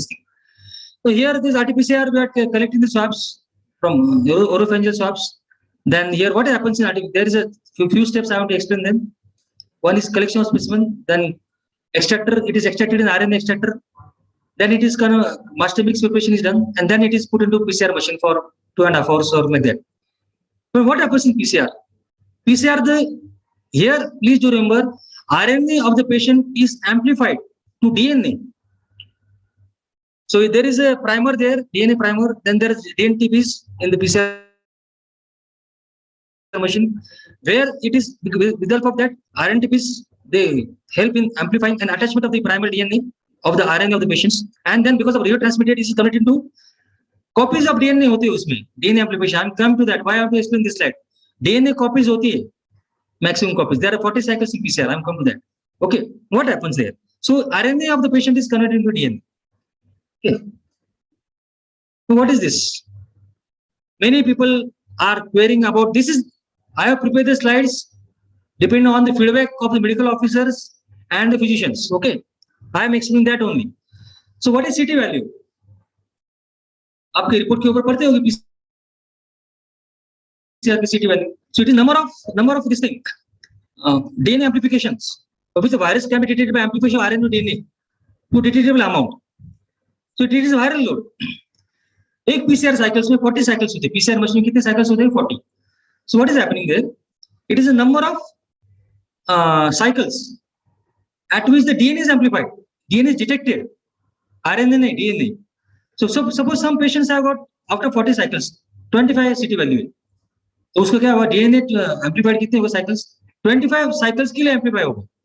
किसी के 10 के लिए हो गए, किसी के 15 के लिए हो गए. That is called cycle threshold. Okay. So cycle threshold means the cycle at which the virus is detected, that is DNA is detected, right? That means if some patients have got, I have seen one like patient, 2 patients of 11 CT value, that means it is severe patient, severe viral load है उसमें. Early आ गया, कुछ patients में 25 के आगे गए, कुछ patients में 18 पे आ गए, कुछ patients में 35 आ गए, right? That means DNA has been amplified at that cycle only. Understood everybody? क्या साइकिल एम्पलीफाई हो गई, उस साइकिल पे एक और एम्पलीफाई हो गई. 40 साइकिल्स के पीसीआर में 40 साइकिल्स के है टोटल, उसमें से डीएनए कब एम्पलीफाई उसका, किसी का 19 में होगा, किसी के 20 में होगा, किसी का 35 में होगा. तो 35 के आगे 30 के आगे तो मुझे लगता है कि the patient is recovering phase if is having the symptoms. I will say that is my, I will come to that only. So that is what I have explain the CT value. So coming to the what I was explaining about the PCR. So this is a PCR machine. There is a nucleic extractor, and there is a last one is the RT-PCR machine, biosafety cabinet. Okay. Now, most important slide. What has happened here? In many PCR reports, it is written E gene, it is written ORF gene, it is written H gene, N gene, LDRP. Now, in very first slide, I explained the structure of coronavirus for this only, for RT-PCR. सब लोग confusion में थे. मेरे को इतने phone calls आ गए कि क्या RT-PCR. अभी कल भी ट्रेनिंग था, कल परसों, तो वो भी मुझे पूछ रहे थे, सर किसी रिपोर्ट्स में सिर्फ ई जीन मेंशन था.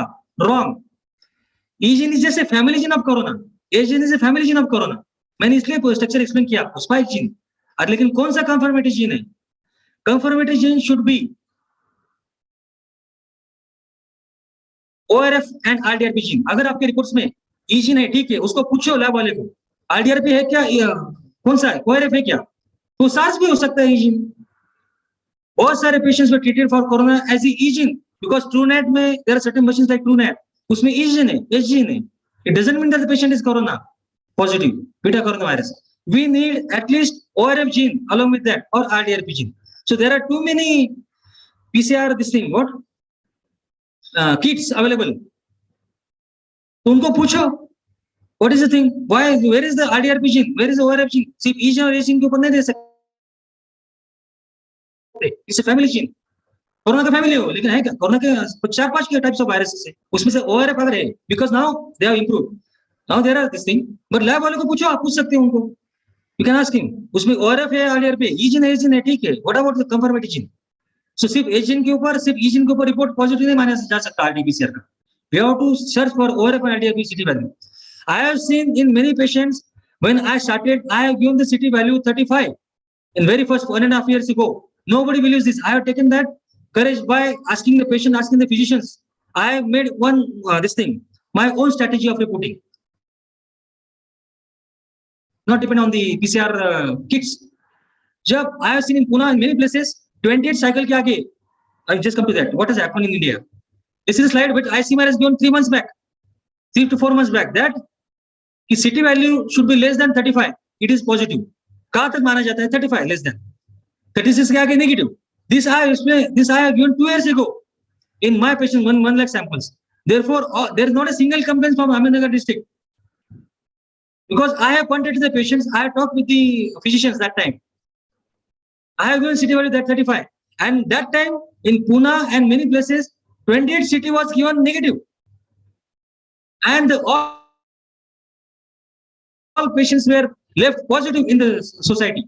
28 CT के आगे उनको नेगेटिव दिया, वो 35 होना चाहिए था. That is one of the important reasons why in India this has spread. It doesn't depend only on the 24-hour prior report of RT-PCR in airport. That was not the only thing. There are many reasons why we have done the mistakes. Okay, we have improved now. So one of the reasons was that 35 के आगे 28 के आगे दिया बहुत सारे लोगों ने. जो सैंपल ज्यादा है, 28 के आगे उनको छोड़ दो.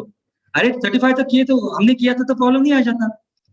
35 was the main CT value. 35 के आगे नेगेटिव, 35 के आगे अंदर, 35 के नीचे होगा तो positive. This has been by ICMR right now, 3 to 4 months ago. So 28 kya gave that was the biggest point for spreading the infection. Coming to that, this is my slide. This is not ICMR slide. This is designed on the basis of 1 lakh patients by attending the survey. I have given the city value of PCR agar hai below from 0 to 20, it is your patient. More viral load is there. Second, between 21 to 27, it is moderate. And this is 20 to 35. Again, I'm telling you, this is not a reference for ICMR. This is my own slide. I work with 1 lakh patients. This is the thing. Okay. So cutoff value depends on the kit. Okay, kit. But now ICMR has, for all the kits, ICMR given the document 35. So there is no issue left now. But this is my document. Okay. So along with that, where the PCR can come negative. This slide actually it is the slide where it mentions that when the PCR test comes negative. Agar sample collection proper nahi hai, then it comes negative. Second thing, processing. It is the most tedious procedure. Processing. Lysis buffer. Please see that lysis buffer is properly maintained. Lysis buffer is used after every this thing. After 15 days, you can change the lysis buffer. We have repeated the test many times because lysis buffer was not changed. So it is giving false positive, false negative results. Chemicals are not changed along with that. There is a contamination. New technicians. We are recruited for PCR. They are not doing the test properly. Always don't change the technicians. If you are changing the technicians, then you get it practice from them and then go for RT-PCR test. There is a problem then and thawing is important RT-PCR. मैंने बहुत सारे देखा thawing proper अगर वो reagent निकालते हैं मार्च mix के लिए तो what does happen? You have to please keep at room temperature first. Directly don't use from the -4 degrees Celsius and use for master mix. We have faced the problems. It is giving false positive, false negative results in RT-PCR. Okay, and please see that how to see that when the patient sample is properly collected or not. वहाँ पे internal ये होता है क्या? What is that called? I don't remember the word now. See, internal control. Sorry, internal control is there. Thanks, Patanka madam, for this. Internal control is there where human gene of that patient उसका भी graph आता है. अगर if PCR इसमें सिर्फ corona का ORF का graph आता है, ई जीन का आता है और उसमें ये नहीं होता है इसका ह्यूमन जीन का इंटरनल कंट्रोल का, that means the sample is not collected properly. जैसे बाकी कुछ नहीं आता है और इंटरनल कंट्रोल नहीं आता है, that means the sample from the patient not collected properly. It is not patient sample, so to report that. So internal control that means यहाँ से वहां से कुछ लोग ऐसे भी उन्होंने ऐसे स्वैब भेजे, ऐसे भी मेरे को रिपोर्ट्स मिले नगर डिस्ट्रिक्ट में just for fun they have sent the swab. तो आपको पता चल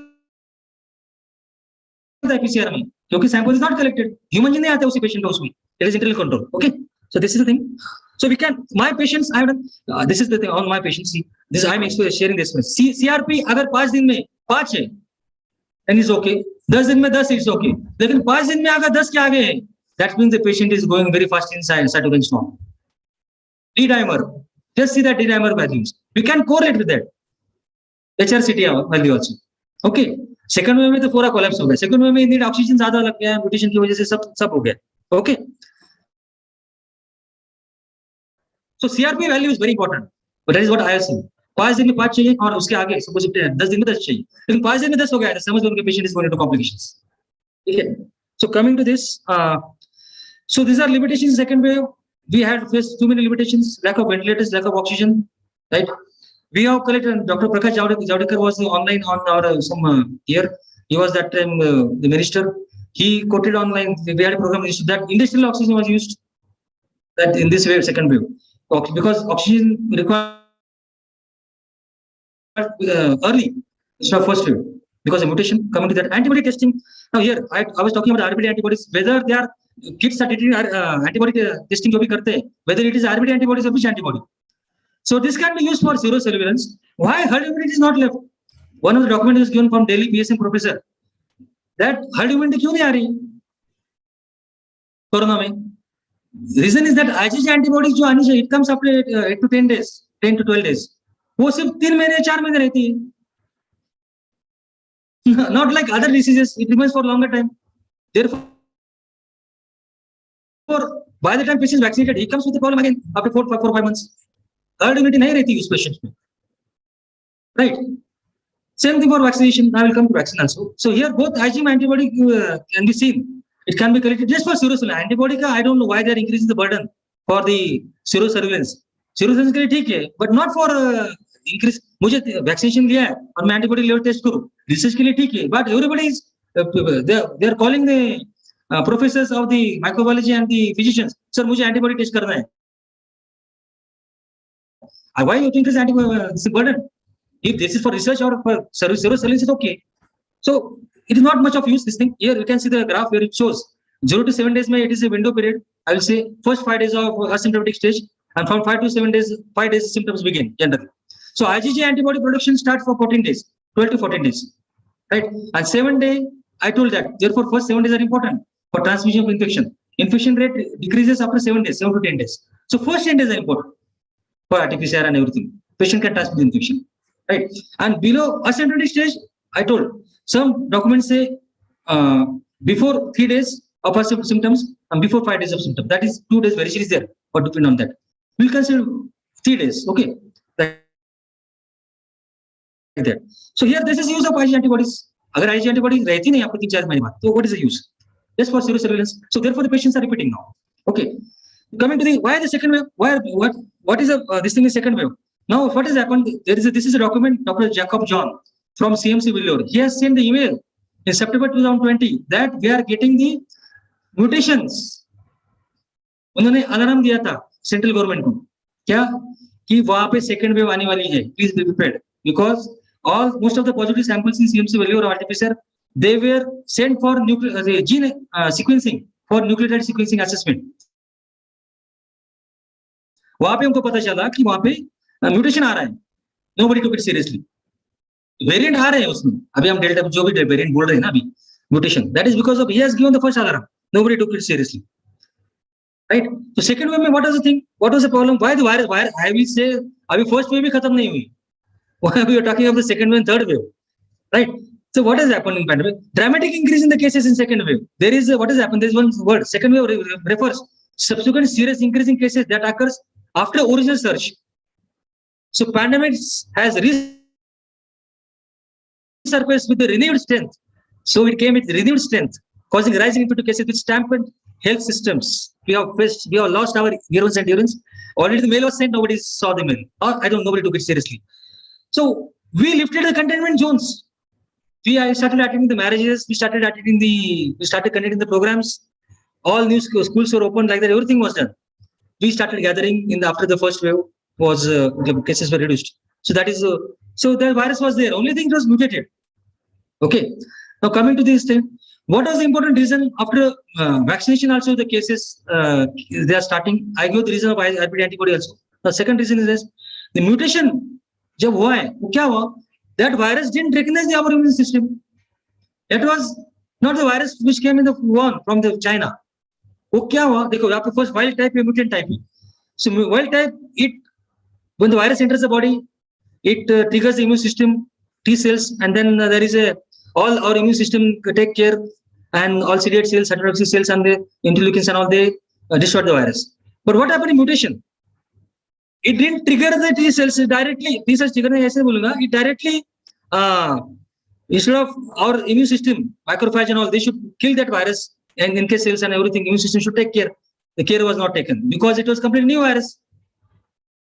This slide explains other part of the slide. पहले वाले में explain हुआ. Our immune system, whatever the thing, some patients didn't give the symptoms. Many people are saved also in that. Because our immune system play an important role in that. ऐसे नहीं बोलना नहीं हुआ है, लेकिन second mutation में नहीं हुआ, मतलब percentage reduce हुआ उसका. Reason was that कि our immune system was escaped because of mutation. Okay, so this is the thing. Coming to the slide, mutation. What is this mutation? Is a biological process where it is seen in RNA viruses because of segmented RNA. Nucleotide sequence is changed. Therefore, we are getting the delta plus or delta variants. Right? What happened because of mutation? Mutation में क्या हुआ? The more droplet nuclei were released and the virus was more infectious. More oxygen was required. Early oxygen was required. Okay. Second thing was therapeutic drugs were there. I don't know about remdesivir. I don't know to quote on that. People they treat without remdesivir. But second one remdesivir बहुत लगा, oxygen लगा. That was the thing. Okay. So this is this thing where what mutation, how mutation takes place here. This is ORF gene. You can see the first 617 double mutant where you can see the portion of R. This is 68. Now it has R60 has become 452.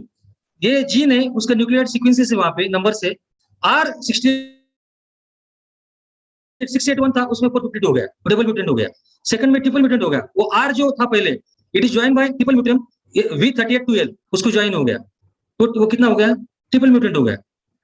Third Bengal variant में क्या हुआ 484614 वो join हो गया सिर्फ दोनों। So this is how the gene में ORF gene में S स्पाइक प्रोटीन के ऊपर चेंजेस हो गए, changes in nucleotide sequence that is detected by gene sequencing machine. Okay, so this is a slide where the all the vaccines were, I will not say failure. So last is Delta variant, this thing Pfizer vaccine Moderna है, क्या हुआ कि efficacy has reduced from 87-95% to vaccines were given but efficacy reduced हो गए उसके 3-4 महीने में, antibody levels कम हो गए, they have done the antibody testing. This is the thing. So what CDC suggests that vaccines are effective against Delta variant, but efficacy drops over time. Covaxin is effective against Delta and Delta plus variant, both isomers, but efficacy is decreasing. Both doses of Covishield have shown to impart higher immunity against Delta variant, but efficacy decreased. That is what ICMR says. Coming to this thing, this I don't so they have did antibody studies. There is fold reduction of the antibody levels depending on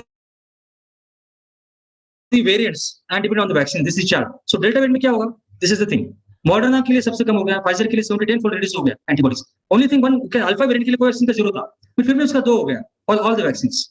So for all the vaccines, that is the antibody levels are dropping. That is the thing. So thank you very much for my patient listening. Thank you very much for this. I think this is based on the questions which I have questioned 1 lakh samples and the physicians and the medical officers. Thank you.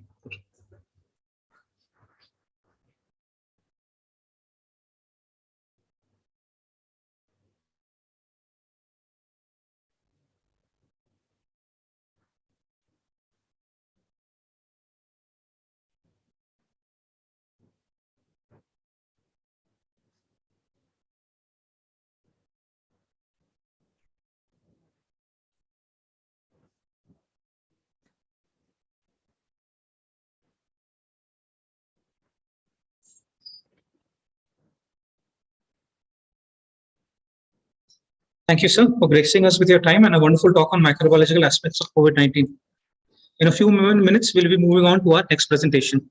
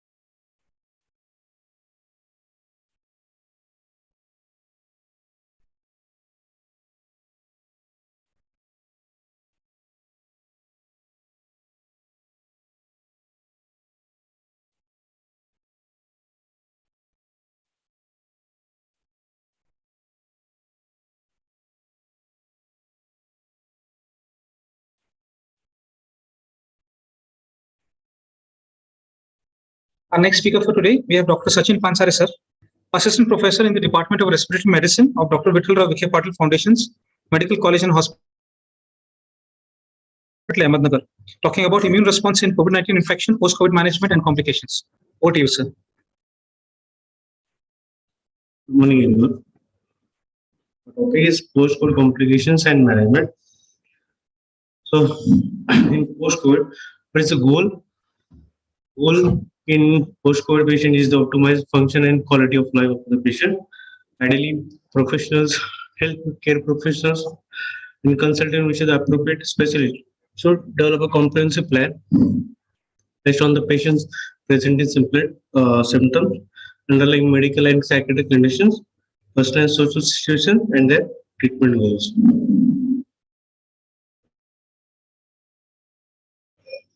As per recent data, what we got in COVID times, that people infected with COVID-19 may experience mild symptoms or maybe asymptomatic.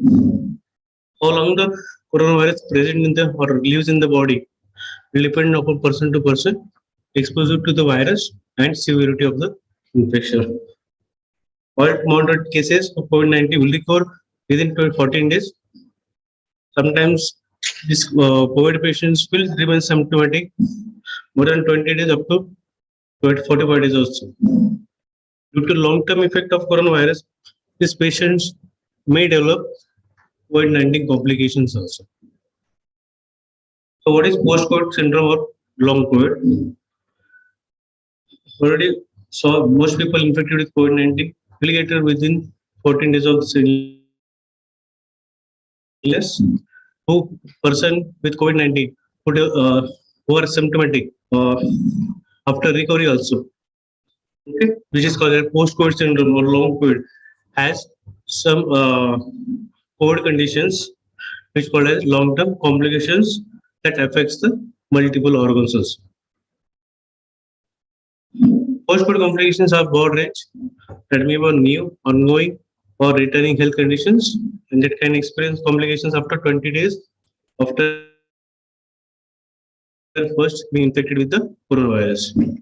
Stages of COVID-19 symptoms by the British Institute for Health and Care Excellence. Acute is considered as when the symptoms is less than 4 weeks of the diagnosis.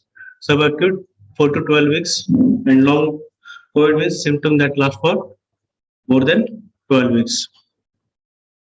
Causes of post-COVID syndrome or long COVID: reduce or lack of response from the immune system, reinfection of the virus, multisystem inflammatory syndrome, prolonged hospitalization due to severity, more the severe, more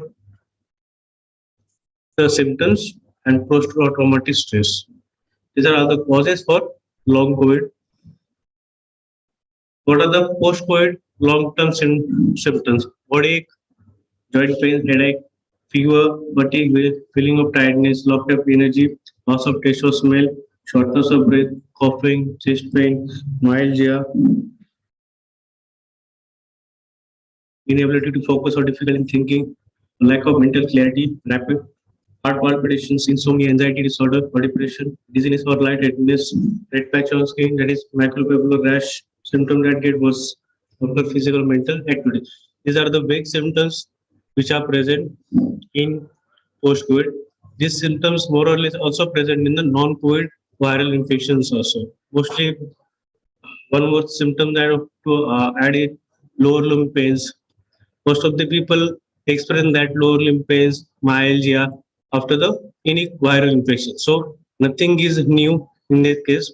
Only the point I want to make it clear is that this patient does not require any specific treatment. Symptomatic treatment will be good enough for this patient. Okay, but reassurance is necessary for this patient because these patients are gone through very mental or health physical problems. Okay, so for that, it's a complete workup, clinical examination, and there is nothing else. Only the vague symptoms are present. Then only a symptomatic treatment is needed.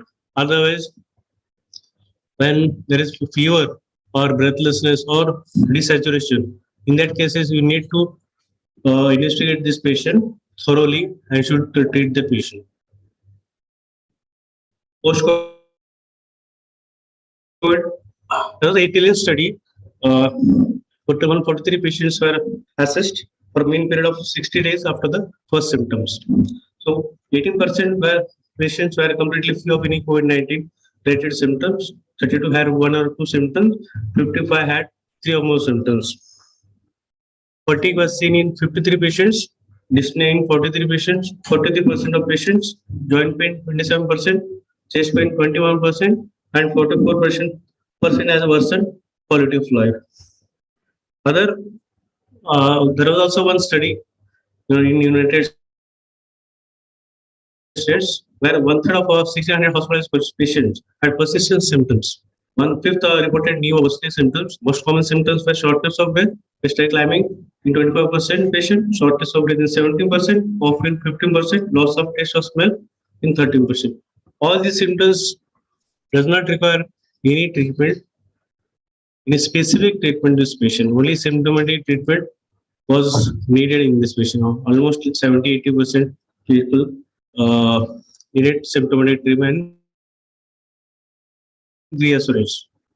So, what are the risk factors for a patient with COVID-19 for mortality? So age more than 60 years, cardiovascular disease, hypertension, coronary artery disease, diabetes mellitus, and other immunocompromised state like malignancy, chronic lung, kidney, liver disease, cerebrovascular disease, and obesity. So, the point I want to make it clear is that whenever a patient comes with COVID and you see this risk factor, one of the risk factors is present in this patient, then better to aggressively treat this patient. Should not miss the risk factors for mortality, because whenever you treat aggressively, patient will recover fast and should not be any post-COVID complications also in this patient. Better to treat aggressively in this patient. So we move on to organ-specific complications. First of all, cardiac complications. Most of the time we see heart failure in chronic heart failure patient was stable, but after COVID, they develop heart failure. Arrhythmias, acute myocardial infarction, myocarditis, shock, and cardiac arrest were seen in the post-COVID patients. The neurological complications, CNS, cerebrovascular accidents, critical illness, NCAP, GPS, Guillain-Barré syndrome, transosmolysis, PNS, peripheral nervous system.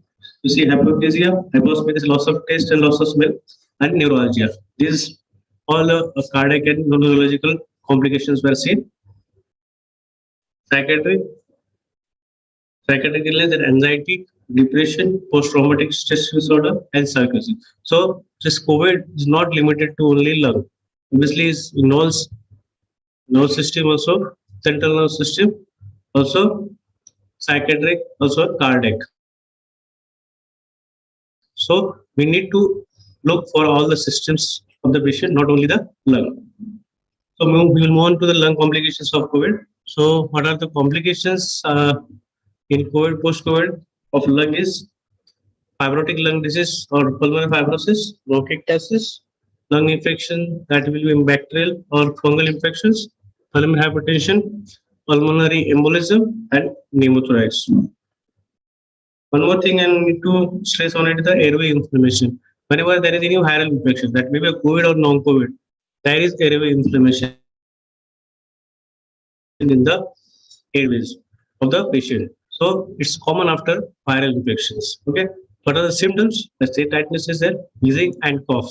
The patient will be might be having asthma history or might not be, but these patients will tend to have this wheezing, shortness of breath, cough, chest tightness. So, thing I want to stress in this group of patients is that there is no specific treatment. Symptomatic treatment is needed if patient is symptomatic quite enough. So better to give short-term inhalers, at least 10 to 15 days of inhalers will do it for the patient, and patient will improve drastically. First complication is pulmonary fibrosis.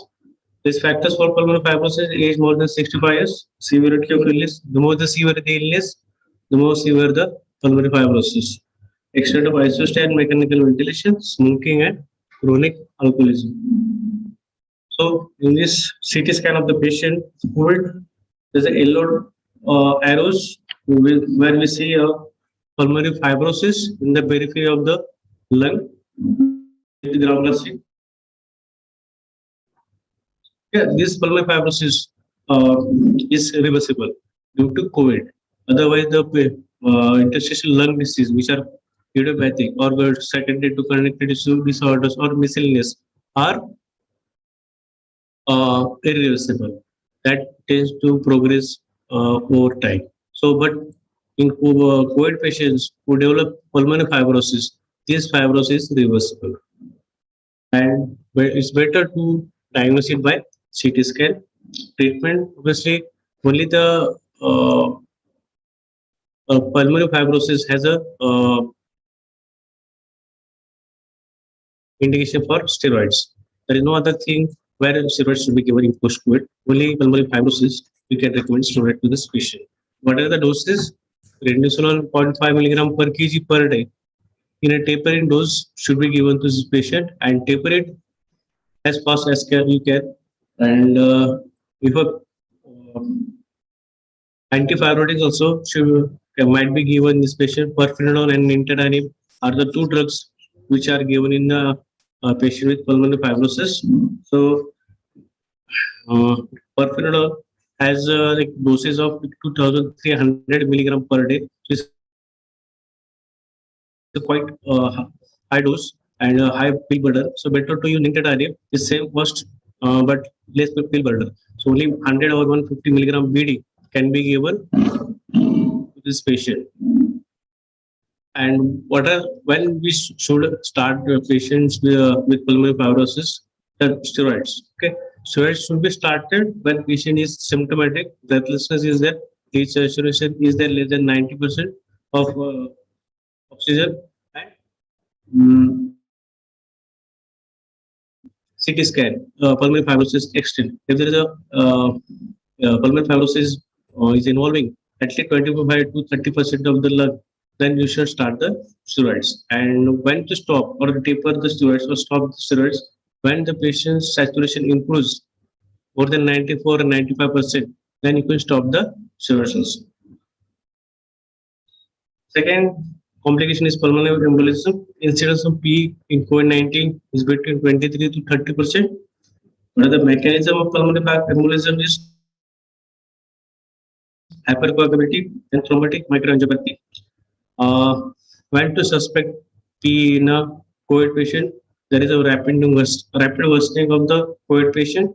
If there is ECG changes, ECG changes, that means sinus tachycardia, S1Q3T3, next chest pain, and raised D diamonds.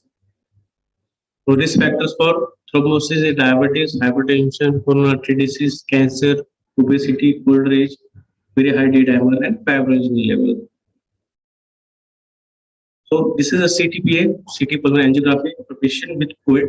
You can see right pulmonary artery, the arrows there, where there are orange arrows is there. These are right pulmonary artery, and there's a filling defect in the right pulmonary artery. This is thrombosis in the right pulmonary artery. So diagnosis obviously is by CTPA, CT pulmonary angiography. Treatment is low molecular weight heparin. Except in renal dysfunction, you can use unfractionated heparin in chronic renal failure patients. And after discharge, you can advise low molecular weight heparin or liver anticoagulants like dabigatran or rivaroxaban to this patient. And this rivaroxaban should be tapered when the D dimer is less than 500. So you need to monitor the D dimer of the patient, and accordingly you to stop the your anticoagulants. Lesson learned in COVID is that in spite of heparin through prophylaxis, incidence of PT is too high. So it's better to administer therapeutic dose of LNWH in a patient with high risk. Heparin which is anticoagulant, also has a anti-inflammatory properties. So it's better to start molecular weight heparin or unfractionated heparin in the high risk patients. So Moving on, secondary infections in the COVID patients. Bacterial and fungal infection lead to increased need for intensive care and increased mortality. Approximately 25% of cases were achieved during 2009 pandemic had secondary infections. So, what in COVID patient, COVID wave, second COVID wave, I think that is secondary infections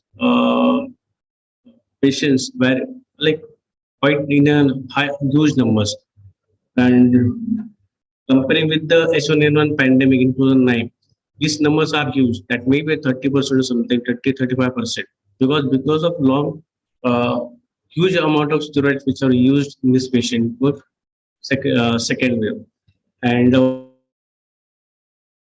steroids were continued for a long time. So because of that, secondary infections were mostly seen. So CT scan of a COVID patient can, in a B diagram, you can see there is a ground glassing in upper lobe of the patient, upper lobe of CT scan, and then lower lobe you can see bilateral consolidation. There is air bronchogram. Similarly, in all other CT scan, you can see ground glass opacities are there and air bronchogram. It's a consolidation seen. Also, fungal infections were seen most commonly. That is aspergillosis and mucormycosis. And in the CT scan, you can see a cavity. This is air crescent site, and this is a fungal ball. This fungal, it is a mucormycosis. So, what are investigation you can do when a patient with COVID, you suspect it's a secondary infection? So better do hemogram. Obviously, most of the time, because of the steroids, hemogram you will see total leukocyte count is increased. So it's confusing part because we are suspecting secondary infection also, and because of steroids, TLC count is also increased. Better to go do if there is a lung infection, to do sputum culture sensitivity. There is a systemic infection to blood culture, urine culture. One thing you can do is procalcitonin. In a patient with the COVID, procalcitonin also has a big significant role. It differentiate bacterial and fungal infection, bacterial and viral infection. So where if it is increased more than 0.5, so definitely we are dealing with the bacterial infection. So empirically we can start the patient with the antibiotics, and if necessary, you can do CT scan. So what treatment we offer to this patient with the viral infection of any part if there is lung? So better to start with the 2-gram negative antibiotics that may be aminoglycosides or piperacillin tazobactam or cefoperazone sulbactam. Any combination will do, and or fluoroquinolones like levofloxacin, oxyfloxacin, and also 1 gram positive cover, that may be linezolide or teicoplanin, and change it after the culture sensitivity. What is the according to that you can change it or downgrade the antibiotics also. Just stop 2 antibiotics and we'll continue with the 1 antibiotics also. Fungal infection, if there's a mucormycosis, then amphotericin and posoconazole are the only alternative for the mucormycosis patient. And obviously, surgical debridement is necessary wherever there is infection of a mucormycosis. That may be a parental sinuses or lung infection. Need to surgical debridement and should start amphotericin or posoconazole. So one thing I need to stress is antibiotics should not be regularly used in any patient of COVID. In mild moderate cases, I think we should avoid antibiotic. There is no need of any antibiotic in COVID patients of mild and moderate. Patient can be managed without antibiotic. If necessary, you can add any broad spectrum. So you can add cephalosporin also. That much will be helpful for the patient because we are dealing with the viral pneumonia, not with the bacterial pneumonia. So there is no need of any antibiotic in this patient. Obviously, when patient gets worsened or needs ICU sitting, ICU admission, where patient is put on BiPAP or patient is ventilated. At that time, better to start on a higher antibiotic. But in mild moderate cases, any cephalosporin will do the for the patient. One thing, because of large use of steroid, this one antibiotics, that too are higher end antibiotics. Patient who comes with a secondary infection are not sensitive for the higher end antibiotics, also, like meropenem, imipenem, all that. And in these cases, we need to give a higher antibiotic beyond meropenem. That may be colistin, doripenem, and which are costly. One vial of I think it cost 800 and 1,000 rupees one vial. And if you use the TDS dose, definitely is out of patients' approach. This means financial problems are there for the patient. So patients are not affording for that. So better not to use higher in antibiotics in mild to moderate cases. Pneumothorax, other complication. In our setting where we had COVID centers, mostly, it's very difficult to diagnose pneumothorax because where we not able to auscultate that patient also, and where there is a sudden desaturation. So clinically, you need to diagnose it. So it was very difficult to diagnose pneumothorax in this species. Better clinically, if it permits, then auscultation will helpful for the diagnosis. If not, a CT, plain chest X-ray can be done for diagnosis. And most of the time, we need a intercostal drainage for the pneumothorax. One thing after antibiotic I need to stress is CT scan. CT scan is rarely needed unless for pulmonary or extrapulmonary complications. So there are few indications for CT scan. First is clinical suspicion of COVID-19 infection or RT-PCR is negative. COVID-19 positive patient with multiple comorbidities, that's diabetes, hypertension, or chronic renal failure, or chronic liver disease, like patients. To identify co-infections in COVID patients, then clinical deterioration of the patient where cause is unknown, evaluation of the post-COVID surveillance. These are the only indications where CT scan should be done. Otherwise, what we have observed in first or second year patient, whenever patient comes positive, first time is done with is a CT scan. We know that is a viral pneumonia. Viral pneumonia was the treatment is symptomatic. There is nothing beyond symptomatic treatment in mild moderate cases. So we don't get anything on the CT scan beyond viral pneumonia. So better not to do CT scan in early phase. When patient get breathless or patient goes into severe illness of COVID-19, you suspect there is something different, which will change the treatment of the patient. So better we can do it at that time. But in mild to moderate cases, CT scan not needed routinely also. Patient can be discharged like that also. Only these indications are necessary or are to be considered for the CT scan. So management of post-COVID complications. So during COVID illness, what we can do to avoid a lung injury in the COVID patients? Follow ARDS protocol. What is ARDS protocol? In patient with IPAP or a patient is intubated, so we can give high PEEP, positive end expected pressure. What it does, high PEEP, it allows to alveoli to open when patient is ventilated. So what happens? The air which moves in and out of the lung, that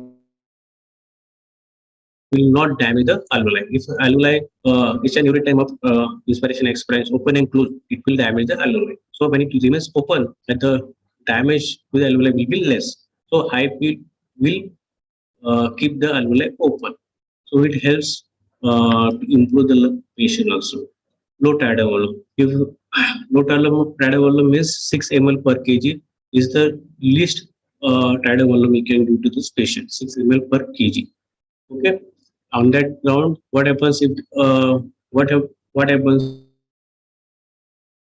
when we give low tidal volume? What happens at which it volume trauma to this patient or barrel trauma will not happen in this patient. Better to give low tidal volume, high PEEP in this COVID patients with the ARDS.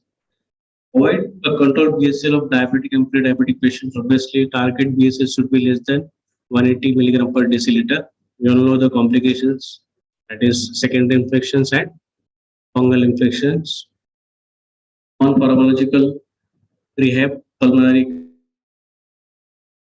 cardiac, neurological, and psychological rehab should be done. Hydration. One thing also need to stress when a patient is admitted for COVID, better not to give IV fluids. Oral hydration is sufficient for the patient. We need a dry lung, not a wet lung.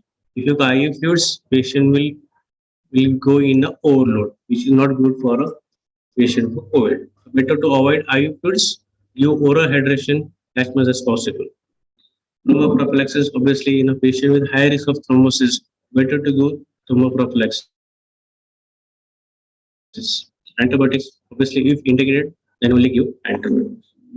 Oxygen therapy, if a patient is on O2 or BiPAP like more than 14 days and patient is slowly improving but stable, so we can discharge patient on O2 or BiPAP. And in follow-up, you can taper the BiPAP and O2 also. Obviously, nutrition support and yoga are helpful to this patient. Okay. Pharmacological, what are the options in a post-COVID patients? Steroids, and as I told you, only the indications for steroid is a pulmonary fibrosis. Then also in pulmonary fibrosis, if the saturation is low, less than 90 is there, and patient is symptomatic, and the extent of pulmonary fibrosis is there in a CT scan, obviously you can start with semi-steroid with a tapering dose of prednisolone, that is 0.5 milligram per kg per day. Anticoagulant, definitely, if the D-dimer is high or if there is a evidence of pulmonary embolism in a CTPA, then you can start with the anticoagulant. That also in a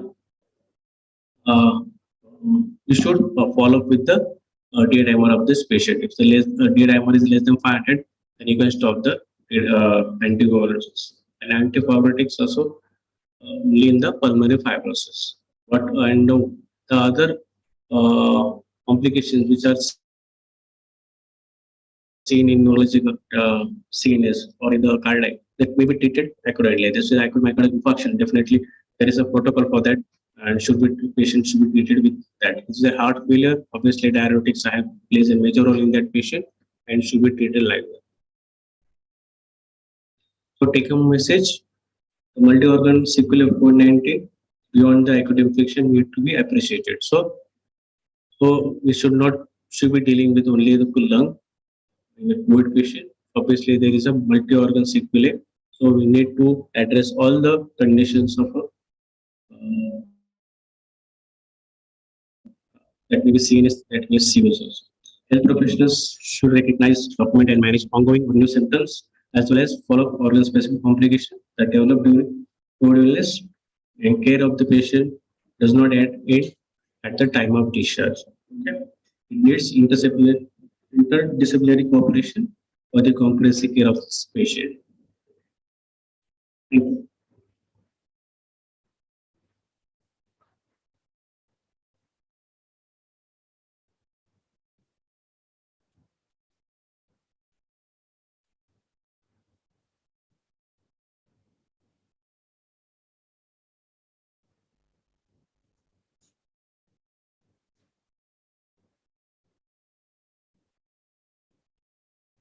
Thank you, sir, for your time and a wonderful insight on immune response in COVID-19 infection, post-COVID management, and complications. We'll be soon going for the next speaker. Please give us some time.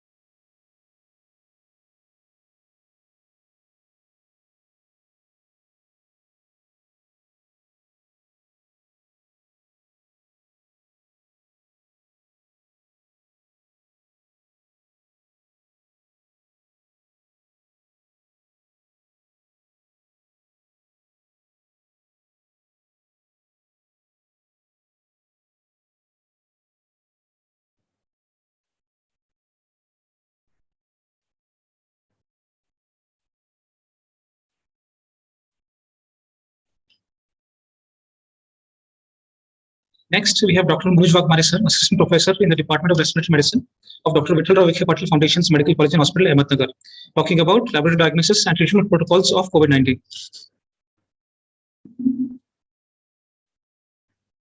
So, session is already started, and you have already gone through the various topics on the COVID-19. Now we are going to discuss about, instead of a talk, I would like to say it is like discussion. If you have any problems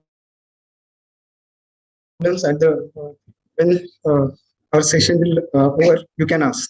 So task force protocols. Why these protocols are there? Now everyone is facing the COVID-19 since 1.5 years. But still, we have this program, CME, and various trainings are there. So this is for during the second wave. We have already faced the problem that we didn't have the medicines. Shortage of the medicine, shortage of the oxygen, shortage of the beds. Hospitals were overloaded. Lab centers were overloaded, as well as the radiology centers. Everything was overloaded. And we have to manage the patient such a way that with the use of minimal resources, we should be able to manage the patient optimally. So that's why we are discussing this topic here. Now starting, so just for recap, we will just discuss about what all systems can be involved in case of COVID-19. Now ACE2 receptors, angiotensin converting enzyme 2 receptors are the receptors where these viruses gets attached, and these receptors are present in the nose, throat, heart, lungs, and colon. So heart, lungs, and colon, all these three systems have ACE2 receptors, and where these viruses can get attached. So in this diagram, you can see the virus is attached to the ACE2 receptors, from where macrophages and other dendritic cells engulf these viruses, and these viruses then presented to the immune cells. Immune cell starts the immune response, where various immune other inflammatory cells gets released, like interleukin 6, interleukin 18, 12, tumor necrosis factor alpha. All these collectively leads to the release of cytokines, various cytokines, and when the immunity of the patient is low and disease progressed, large volume of this large amount of these cytokines gets released, which leads to the cytokine storm. And the cytokines, when it enters the various systems, including the lungs, in the lungs, airways and alveoli, where they damages the airways, alveoli, as well as the capillaries.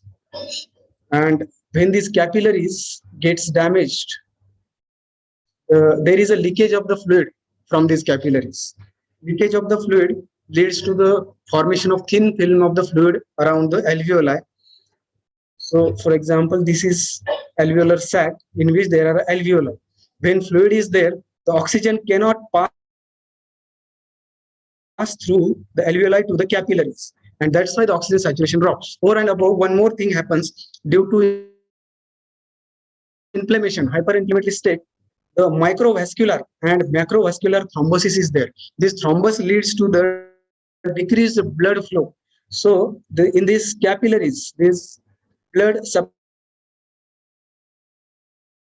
is like the oxygen saturation drops to more and more. Let me drops more and more, and it can even decrease up to 50-40% oxygen saturation, which is very dangerous.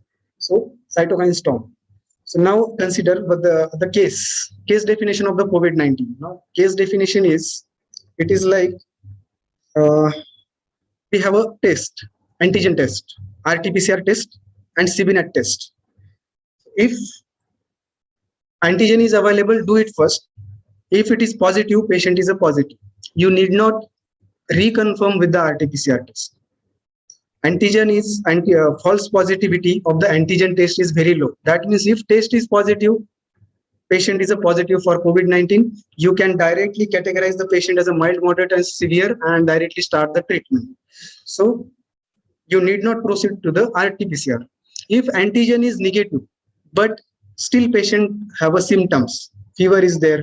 Whether it is one episode, fever is there, and there is a loss of taste and other supportive symptoms for the COVID-19, and one of the family member from the patient, that person is positive. This case is likely to be COVID-19, but still antigen is negative. In such a cases, you can proceed to the RT-PCR. Now, if RT-PCR is still negative, then if antigen and RT-PCR both are negative, then you and still patient is suspected to have the COVID-19, then you can directly proceed to the HRCT. Both the tests are negative, but still the case is suspected COVID-19. Then better is to do the HRCT to confirm the ground glass opacities. Now, what are ground glass opacities that we are going to discuss? And one more test is CBNet. It is same as that of the RT-PCR. Here cartridge is used. So alternatively, if RT-PCR is not present or not possible, and CBNet is present, then you can proceed to the CBNet as well. If RT-PCR is not present, so any one of these tests, if positive, patient is a positive for COVID-19, directly categorize patient and start the treatment. So symptoms. First of all, fever. You all have gone through this. Everyone says fever. But here what happens, fever is a short duration of fever, or maybe just a one episode of the fever. One episode. This is more likely to present in the COVID situation. Whenever patient comes to our OPD and we ask patient, so what is the problem? He says fever was there. When you ask for the testing, antigen, RT-PCR or anything, patient says 4 days back I had only one episode of fever, that's why I don't have a COVID. This case is more likely to be COVID more than the other diseases, because in COVID-19 it is seen that short duration of fever or only one episode of fever is more commonly seen. Along with this, you can ask other about the other symptoms: dry cough, shortness of breath, sore throat, abdominal pain, loose motions, because gastrointestinal tract is one of the system which is directly involved in the COVID-19. Myalgias may be there, malaise, headache, fatigue due to cardiac involvement. Anosmia, that is loss of smell, loss of taste. Both these symptoms can be present even before the respiratory symptoms, as well as even before the constitutional symptoms like fever. So patient can directly present to you with the loss of smell or loss of taste. One more symptoms is a diarrhea. Patient may present to you directly with the diarrhea and not having the other symptoms of the respiratory system like cough, breathlessness. Even I have seen such a few patients who had presented directly with the diarrhea, no cough, no breathlessness, no fever was there, and on testing they were having the positive test, and later on they progressed to the even moderate disease. So one should not ignore the diarrhea or abdominal symptoms. And if abdominal symptoms are there, and along with this, if there is a fever, you all think of the typhoid fever. Now then you do Vidal test and Weil-Felix and other things. Vidal for typhoid. Vidal test is many times it is falsely positive, and in this situation, COVID-19, Weil-Felix as well as Vidal test are positive. That doesn't mean there is a typhoid or the Gucci top and all these things. It is not there. These symptoms, if so, for example, if diarrhea is there, fever is there, and along with this there is a cough. Now, Vidal test is positive. Why typhoid will cause the respiratory symptoms? Typhoid generally doesn't involve the respiratory system. So here you have to consider the COVID-19, do antigen test. If it is negative, RT-PCR. If both are negative, HRCT. If once you rule out the COVID-19, then go for the other test and then think of the alternative tests. So diarrhea can be the only symptoms. Altered sensorium, it is in the late stage due to some imbalance in the electrolytes when disease progressed. This is a new score which is developed for the rapid categorization of the patient and for mortality. You can Google it later, because it will, if we will discuss it, it will take too much time. So new score, you can Google it later. Instead, we will directly proceed to the CT scan. When to do HRCT and when it should not be done. Now, HRCT, we have to do it for the moderate and severe cases for the quick triage. So, quick triage, not for the directly deciding the treatment, because treatment is mainly depend on the clinical conditions, inflammatory markers, patient's oxygen saturation, and all these things, not on the CT score. So, CT score should be done in the moderate or severe cases for the quick triage. Or asymptomatic, that means patient is a COVID positive, but patient doesn't have any symptoms. In such a cases, we don't have to do the HRCT. Even for mild symptoms, but COVID positive, we need not do the HRCT. Still, in mild or asymptomatic patients, we can do HRCT in some particular situations, like here, RT-PCR testing. So, if RT-PCR testing is not available, but patient is suspected to be COVID-19, then what will you do? Then obviously we will have to proceed to the HRCT, because we don't have option in, there is no RT-PCR test. We cannot send patient far away at district level or the state level where it will be available. So instead, if HRCT is available at that place, you can do it. If RT-PCR test is available, but results are getting delayed, during the second wave, we all have faced such a problem. Results of the RT-PCR were available after 4 to 5 days. After 4 to 5 days, and by this time, patients were getting progress to the severe disease. And by the time results were available, patients' oxygen saturation was 80%, 70%. So, prevent this, if antigen is negative or not available, RT-PCR is not available, but still COVID is suspected, COVID-19 symptoms are typical, we can directly do the HRCT. High clinical suspicious of the COVID-19, but negative RT-PCR. Now both the tests are negative, but still suspected, you can do HRCT. However, for routine pre-admission and pre-surgical test, routine HRCT should not be done during the pandemics. Later on, when pandemics will be over, depending on your protocols, you can go ahead. But here, due to this condition, what happens? Laboratories as well as radiology centers were overloaded, where results were not getting in time, even proper results were not getting. So to prevent this, routine use of the CT should be avoided. So not an indication for CT.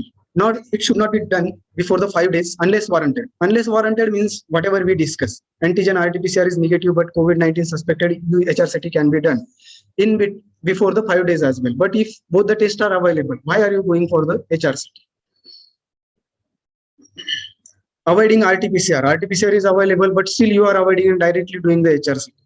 So because the opacities to be present on HRCT, to be seen on HRCT, it may take some time after acquiring the infection.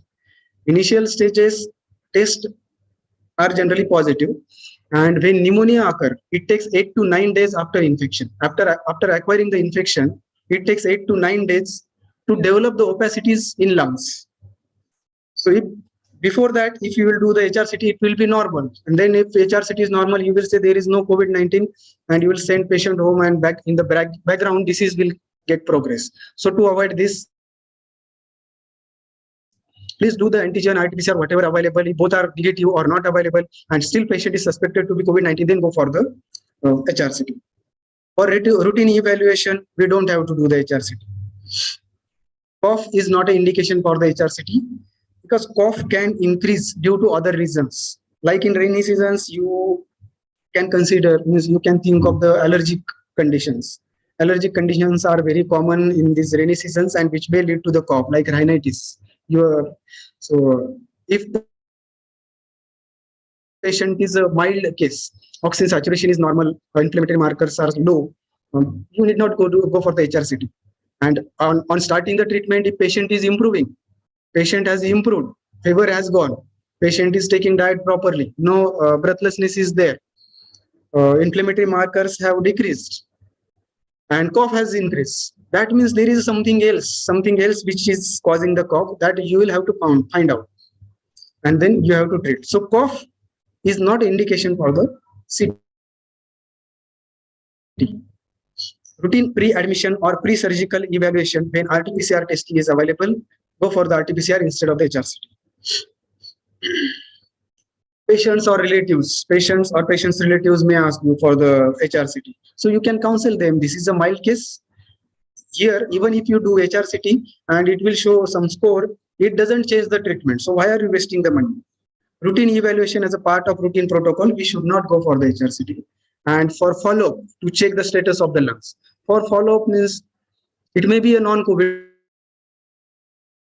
like patient is a case of ILD since 1 or 2 years patient is on treatment. Now his follow-up was there, so you are doing HRCT. You can avoid it. Later on, it can be done. And even for COVID-19, if patient is admitted to the hospital, oxygen saturation was decreased, you have started patient on the remdesivir and other treatments, patient has improved. Oxygen saturation improved, breathlessness has decreased, fever has gone, patient's diet has increased. Here, to check how much improvement is there, HRCT should not be done. Patient's clinical itself is saying, inflammatory markers are saying, patient has responded. So instead of, don't do the HRCT. Even if patient worsen, initially oxygen saturation was 93, remdesivir, other drugs, steroids, all are started, and on follow-up, second day, third day, patient's oxygen saturation decreased to 88%, or even less. This clinical condition itself says the patient has worsened. To check for this, CT should not be done. Because if patient improves, initial CT score was 10 and patient improves further on treatment, and later on day 3 you have done the HRCT and score was 13, it doesn't change the treatment. So initially score was 10, now score is 13, but patient has improved, inflammatory markers decrease, oxygen is normal, breathlessness has decreased. Even if HRCT score increase, it doesn't change the treatment. It indicates the patient's improvement, not worsening. So we have to go clinically here. So on follow-up, even if patient worsened or clinically responded, clinical status and inflammatory markers you can check, you can do to check for it. So if when in moderate or severe cases, or even in mild cases, when indicated, you have done the HRCT, and here the score, depending on score, the mild case is score less than 8, moderate is 9 to 15, and severe is more than 15. This severity is not for the clinical management, not for deciding the treatment. For treatment decision, we have to categorize the patient clinically, not on the basis of HRCT. So if HRCT score is more, 15 or something, and patient is better, oxygen saturation is normal, that doesn't mean the patient is a severe case. So how to categorize? This is here. Mild, moderate, and severe. Main parameters to be considered are oxygen saturation, respiratory rate, pneumonia. And this HRCT is one of the part of this score, not the sole. Other things are neutrophil to lymphocyte ratio, CRP level, ferritin, D dimer, LDH, interleukin 6, and LFTs. All these things are the to be considered for categorization. Now, if you are managing patient at periphery, ferritin, D dimer, interleukin 6, all these are very costly, may not be available. Here you need not consider all these things.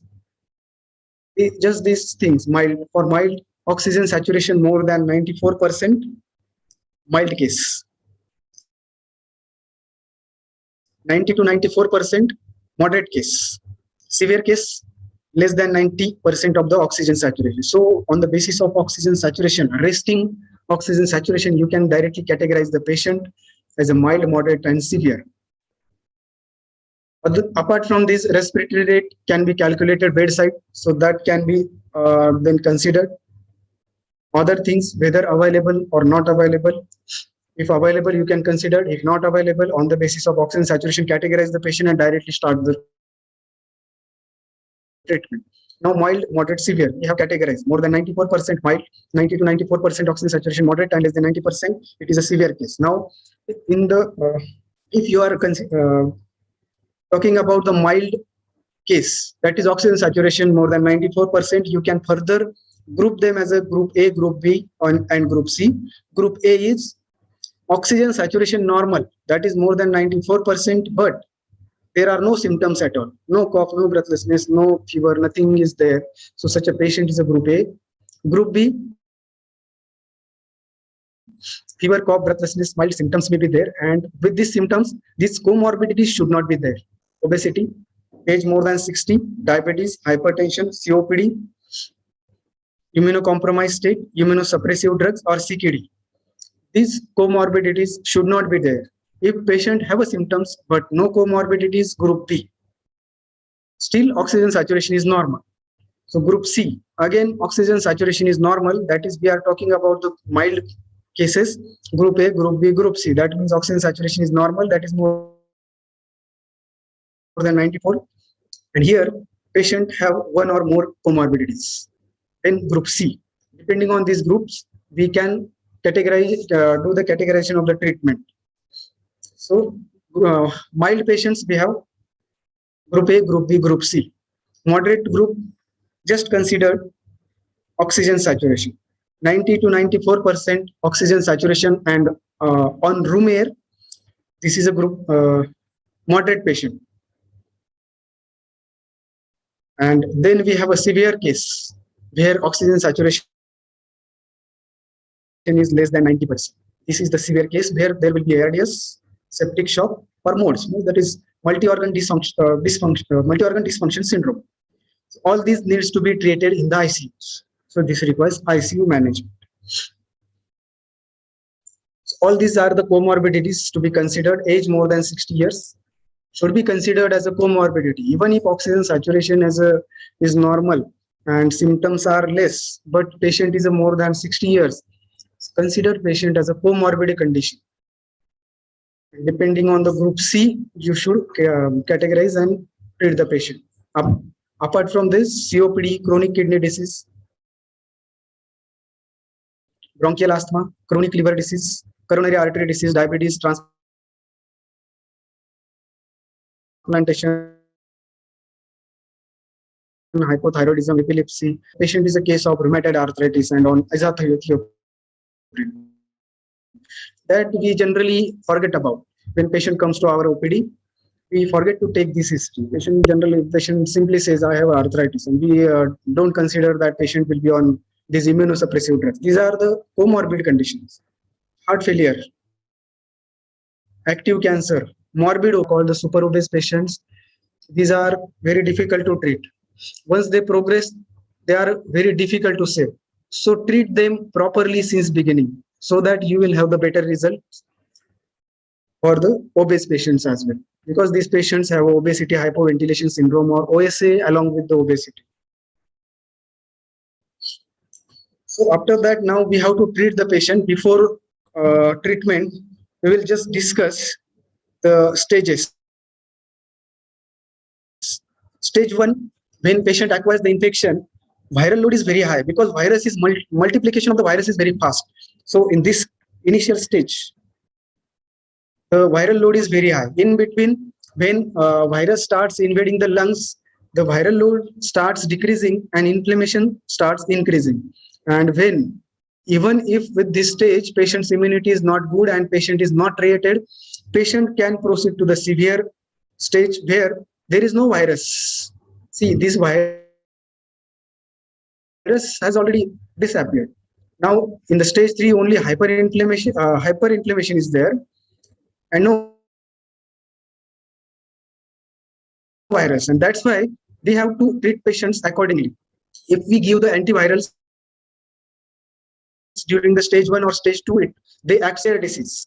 Once patient has progressed to the severe disease, and then if you consider the remdesivir or here,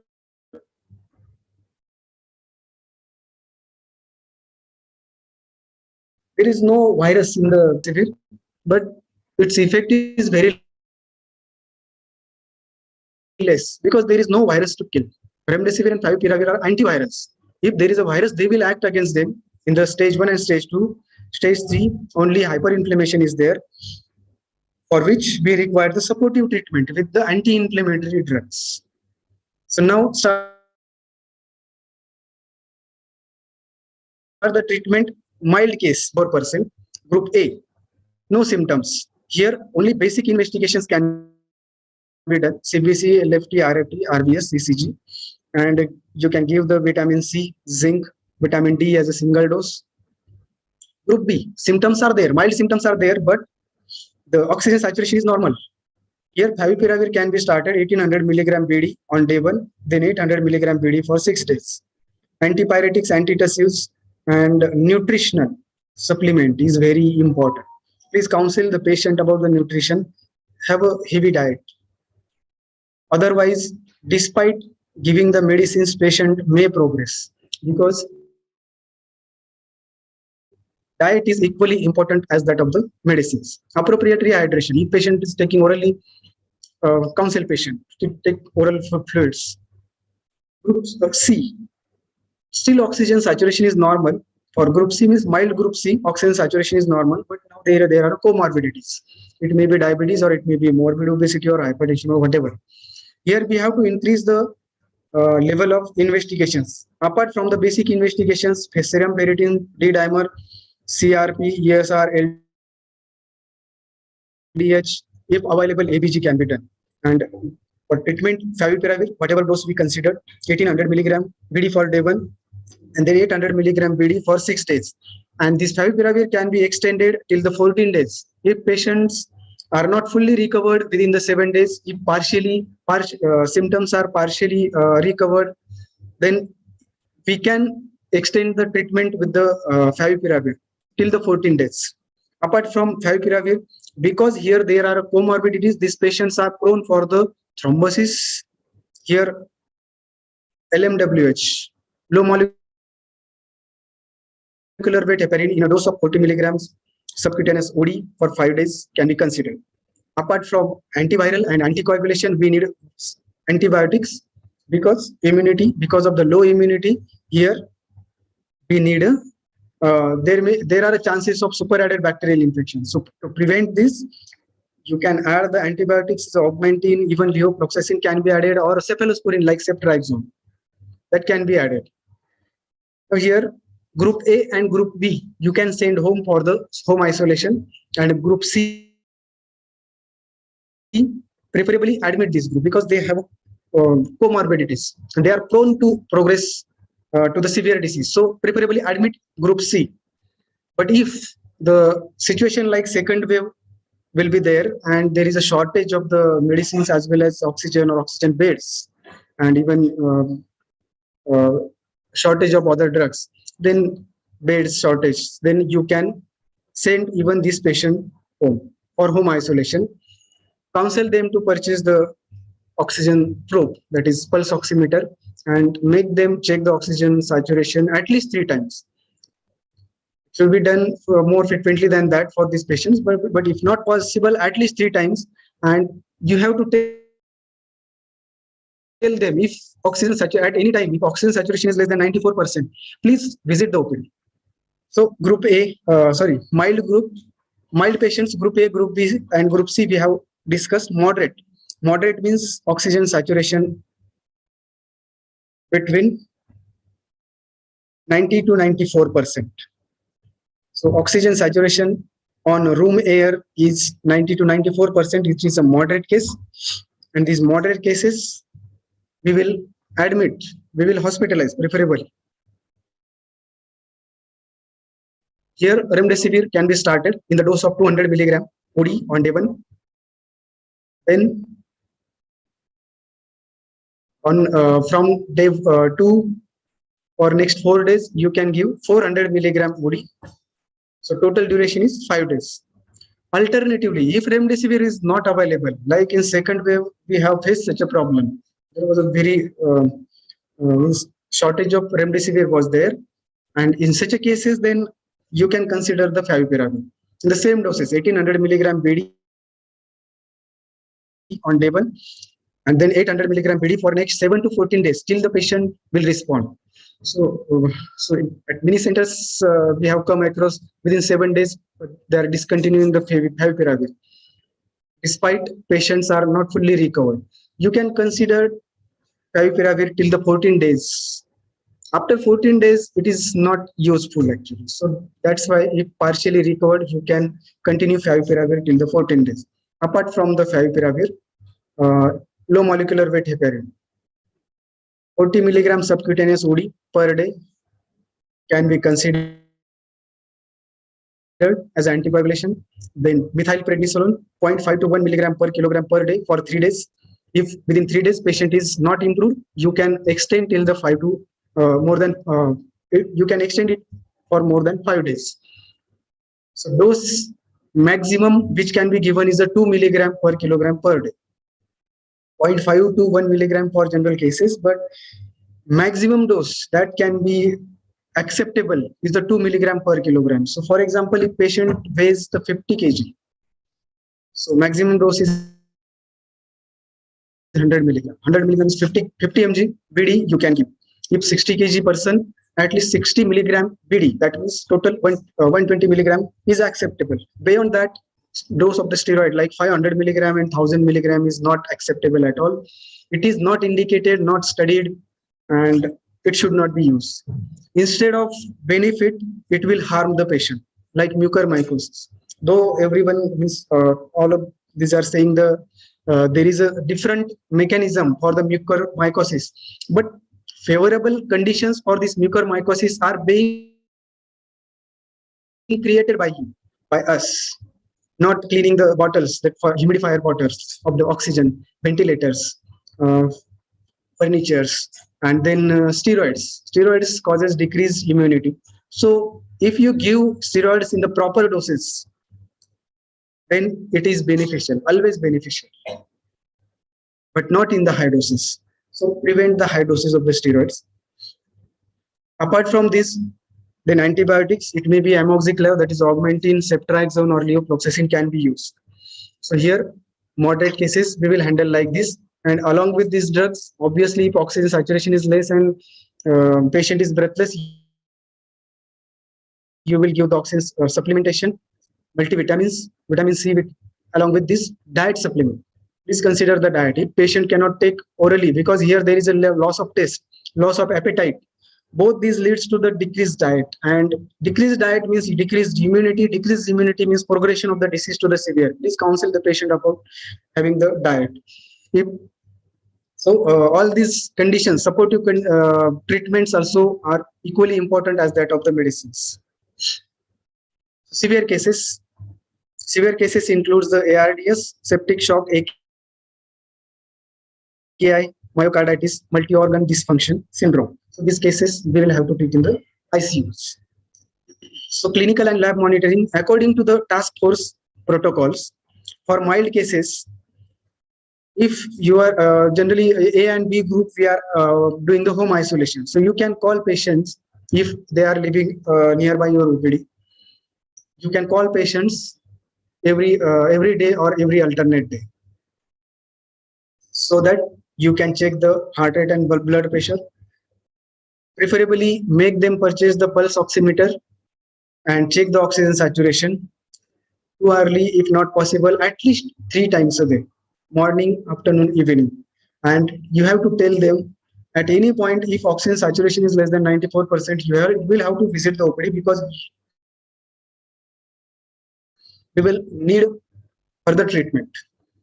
Basic investigations, CBC, BSL, LFT, RFT we have to do. Then COVID profile, baseline for group C, not for group A and group B. For group A and group B, basic investigations are sufficient, and along with this, CRP can be done. CRP is cost effective, and now at the periphery as well it is available, so that can be done. But for mild cases, D-dimer and COVID profile repeatedly should not be done, and even at the baseline it can be done for the group C, because they are very costly. Many of these patients get recovered without instead of progressing to the severe disease. So we can prevent the use of unnecessary use of the resources like laboratory investigations. So for moderate cases, obviously moderate cases are admitted cases. Here heart rate and blood pressure are possible 6 hourly. SpO2 every 30 minutes, if not possible at least 2 hourly you can call, because if staff is not there, that sufficient staff is not there, then this much with this frequency checking of the oxygen saturation is not possible. So at least 2 hourly. If even this is not possible, at least 4 hourly you will have to check. Baseline investigation CBC, LFT, RFT every 2 days. COVID and D-dimer.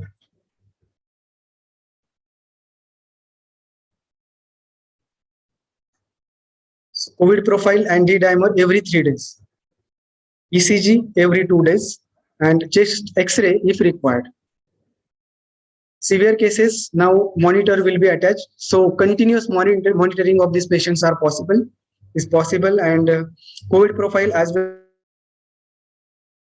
as D-dimer every alternate day we will do. Otherwise, baseline investigations daily and chest X-ray daily. So this way we have to monitor the patients. So let us consider we will go through the individual drugs like favipiravir. Yes, it is an antiviral. It acts. It is a beneficial, and dose is 1800 milligram BD on day 1, then 800 milligram BD for 7 days. It can be extended up to 14 days, and how to extend we have already discussed. Contraindications: pregnancy and lactating mothers, patients with severe renal and hepatic impairment. Severe renal and hepatic impairment. So even if severe means EGFR glomerular filtration rate should be less than 30 ml per minute to discontinue or to avoid the favipiravir. Otherwise, you can use it in the same usual doses. Hepatic impairment means we have to consider the HGOT-HGPT. Unless it is more than the 5 times of the normal, we should not discontinue. So even if bilirubin is 7 or 8 and HGOT-HGPT is around 100 or 150, we can still consider the favipiravir. It will not harm. Along with favipiravir, one more antiviral we have remdesivir. So if case is a moderate case, oxygen saturation start decreasing below 94%, here we will consider the remdesivir. Dosage is 200 milligram IV infusion in 100 ml of the normal saline on day 1 or over 30 minutes. Do not push it. So slowly over 30 minutes after completing the dose, 30 ml of the normal saline should be given IV. So for first day, 200 milligram of the remdesivir. Thereafter, 100 milligram IV infusion of the remdesivir for next 4 days. It do not improve the mortality for the severe cases, because we have just learned that in the severe cases there is only hyperinflammation and no virus. So ultimately it does not improve. But if you give it on time, it will be beneficial and it will prevent the patient from going into the severe disease and also decreases the hospital stay. So when will you consider the remdesivir? Antigen or RT-PCR is positive and oxygen saturation is less than 90%. Even if antigen or RT-PCR are negative, but on HRCT as well as clinical condition is indicative of the COVID-19 and oxygen saturation drops below 94%. Still, you can consider the remdesivir. Test need not be positive here. So antigen, even if antigen or RT-PCR are negative, but HRCT is showing COVID-19, likely to be a COVID-19 and clinical condition, other symptoms are suggestive of the COVID-19, oxygen saturation less than 94%, remdesivir can be considered. Remdesivir should not be given for the asymptomatic cases, for mild cases, hepatic or liver diseases, whatever we considered if HGOT-HGPT is elevated.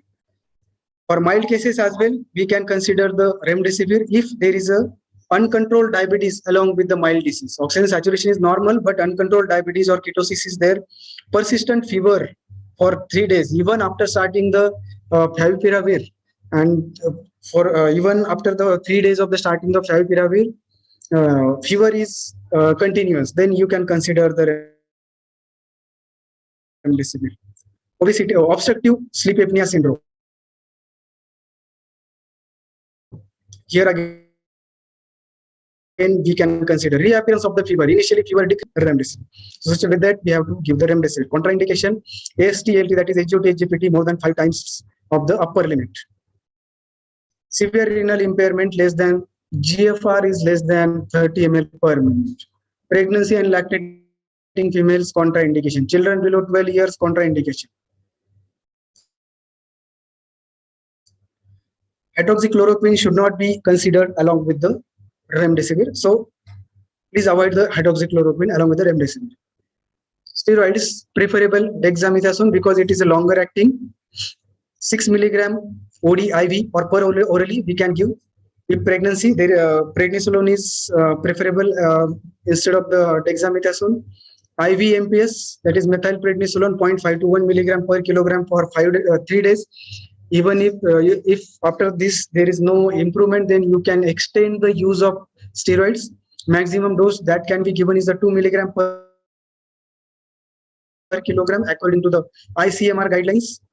So this way we will give the steroids. Anticoagulation, enoxaparin, that is LMWH, 40 milligram subcutaneous OD can be started for moderate or severe diseases without testing, means even before the testing of the D-dimer. Even if D-dimer is normal for the moderate or severe cases, you can consider the 40 milligram OD subcutaneous LMWH as a prophylactic dose. If D-dimer is high and likely the case of there is a thromboembolism, then the therapeutic dose, that is 40 milligram PD, is a therapeutic dose that which can be started. Fondaparinux is the alternative, and if both are not available, you can use the unfractionated heparin, 5,000 units PD for subcutaneously. Contraindications for the anticoagulation is if platelets are less than 20,000, we should better avoid the anticoagulation.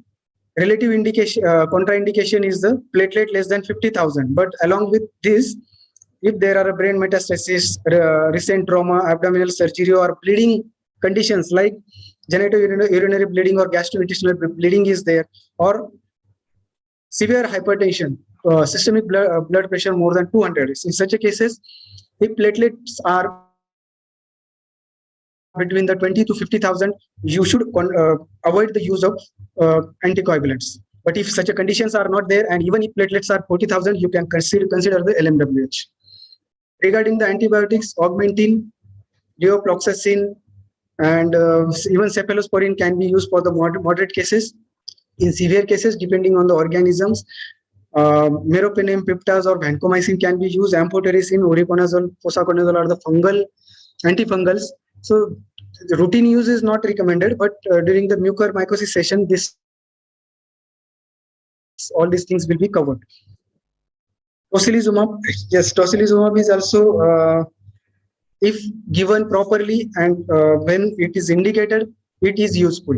When it is indicated, when there is a starting of the severe disease. Severe disease means even with the oxygen saturation, initially patient was maintaining oxygen on the oxygen supplementation. Later on, at some time, second day, third day, whenever patient's oxygen saturation still decreased, and now even with the oxygen supplementation, patient's oxygen saturation is not getting maintained. Here you require the non-invasive ventilator support. So this is the time that is patient is going into the severe disease. So don't wait here. Just send the inflammatory markers, and if they are highly elevated, you can consider the tocilizumab. If you will further wait for the patient to get worsen, then after that it will not work, because when severe disease starts, inflammatory cells are there in the body, like cytokines, which are released in the all these are released in the blood. Which those inflammatory cells, even cytokines, are damaging the various organs, including the lungs.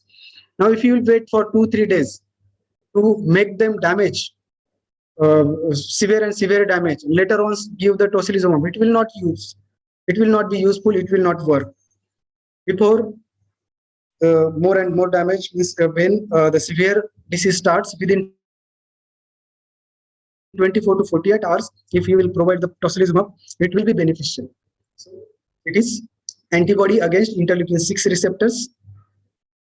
Contraindications: less than 18 years, more than 90 years of the age group. If there are concomitant other infections like viral infection, like HIV infection, bacterial infections, or tuberculosis, so these are again contraindications to use the tocilizumab. AST, ALT, that is HOD, GPT more than 5 times of the upper limit, absolute neutrophil count less than 1,000, platelet count less than 50,000, hematological malignancies, and pregnancy and breastfeeding. All these are the contraindications for the tocilizumab. Itolizumab, alternatively, itolizumab can be used, but it leads to the severe anaphylactic reactions. We have already faced so much problem. It should be given very slowly, 4 to 6 hours over 4 to 6 hours very slowly, and before giving it, hydrocortisone and phenyramine injection should be given 30 minutes prior to the administration of the itolizumab. Convalescent plasma indications: age more than 18 years, doses 200 ml each for 2 consecutive days. Total 400 milligram. Contraindications: pregnancy, breastfeeding, hypersensitivity to the blood products, critically ill patients, patients received immunoglobulins in last 30 days, and immunoglobulin A deficiency. All these are contraindications to the convalescent plasma. Other drugs, now many companies are providing the pegylated interferon like virafin, bevacizumab 2 dg, that is not advised by the task force protocols as well as ICMR. So guidelines are still they don't have included these drugs, so we will not talk about it, and better to use the drugs which are advised by the guidelines, whether it is ICMR or our task force guidelines. These guidelines we have to use. Even methylene blue, it is useless and not indicated by the guidelines. So prevent the use of these drugs. Treatment of the underlying diseases, that is diabetes, hypertension, hypothyroidism, ISD, CKD. Fluid management. If patient is not taking orally, then and only then you will consider the IV fluid. Otherwise, patient will get overhydrated, which further leads to the pulmonary edema. And already in COVID-19, lungs are already damaged, alveoli are damaged where there are a fluid. There is a fluid in the alveoli and airways. So overhydration further leads to the increase. It will further increase the pulmonary edema and decrease the oxygen saturation, and worse patients will get worsened. So if at all required, normal saline in the dose of 25 ml per kg per day. So for example, if 50 kg weighing person, according to the 50 ml per kg per day, it will be a 1250 ml per day. That means at least 2.5 minutes over the 24 hours. So this much fluid we can give IV. If patient is taking orally, avoid the use of IV fluid. Instead, encourage the patient to take the oral fluids. Diet is equally important. I told you diet is equally important as that of the medicines. So please counsel the patient about the diet. Having the diet, they are tasteless. Taste is not there. So appetite is decreased, so they can't eat. But encourage them to have the good diet. Along with that, you can further give the diet protein supplementation can be used. So discharge policy, obviously for mild cases A and group B, we are going to isolate the patient at home. So no point in discussing it. And group C, if you hospitalize the patient, hospitalize for 10 days, for last 3 days, if there is no breathlessness, no fever, oxygen saturation is normal, patient has responded, you can discharge. For moderate cases, again 10 days of the hospitalization, last 3 days, no breathlessness, no fever, oxygen saturation is normal, or patient has improved, you can discharge. If for moderate cases, within 10 days, patient has not improved, you can continue the treatment till the improvement. And for severe cases, depending on the clinical conditions of the patient, we have to take the decision on discharge. It may take 15 days, 20 days, or more than that. Minimize the oxygen consumption.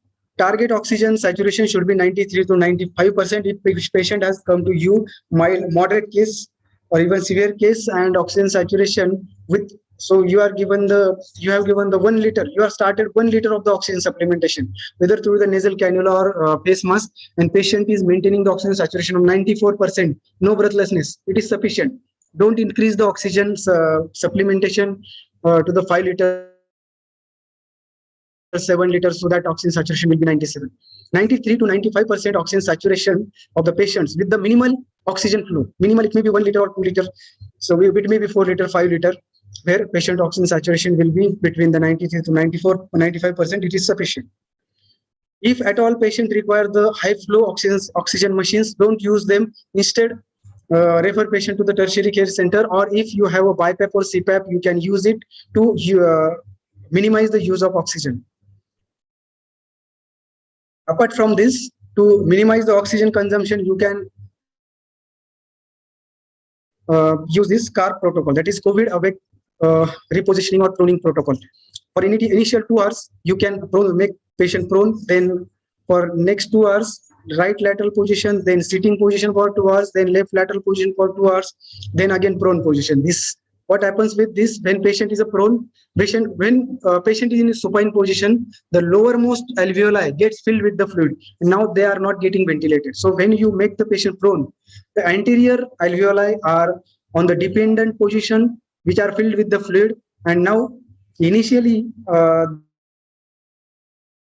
the alveoli which were not getting ventilated now can get ventilated, so that the permanent damage of the alveoli means severe damage of the alveoli can also be prevented, and those alveoli not getting ventilated before now getting ventilated, so oxygen saturation ultimately improves. So this way you can minimize the oxygen saturation as well. So this was a task force protocol, so we have completed, and thank you for attending it.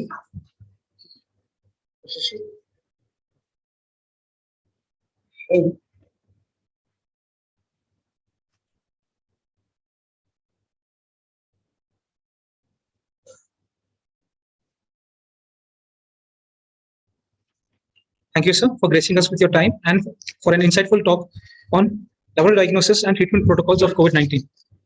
So now we will have a short break for lunch. Kindly join us back at 2:30 p.m. for our next talk. Thank you.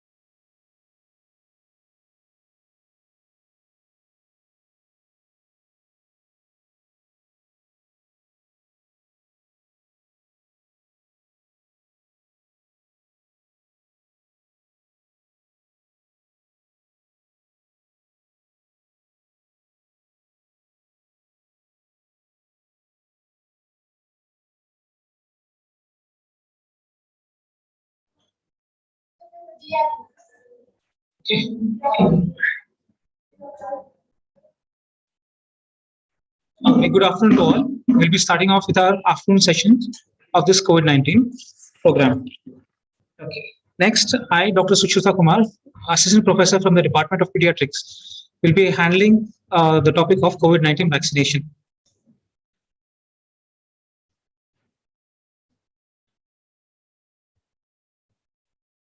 So as you all know, there are two strategies always involved in any disease process. First, if it's a new disease, the treatment protocol starts off. So after that, obviously, in further step, you'll have to go in for preventive strategies for any disease process. Obviously, you don't want curative for everybody. If you can prevent it, that'll be the best. So general measures for COVID-19 infections per se include, avoid social gatherings, avoid overcrowding, health hygienes, as well as sanitation processes.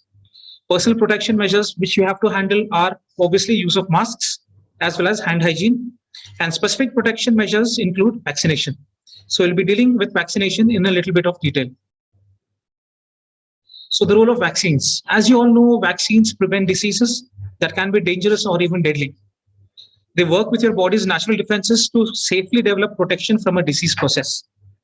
A vaccine helps in immune system to produce active immunity via antibodies.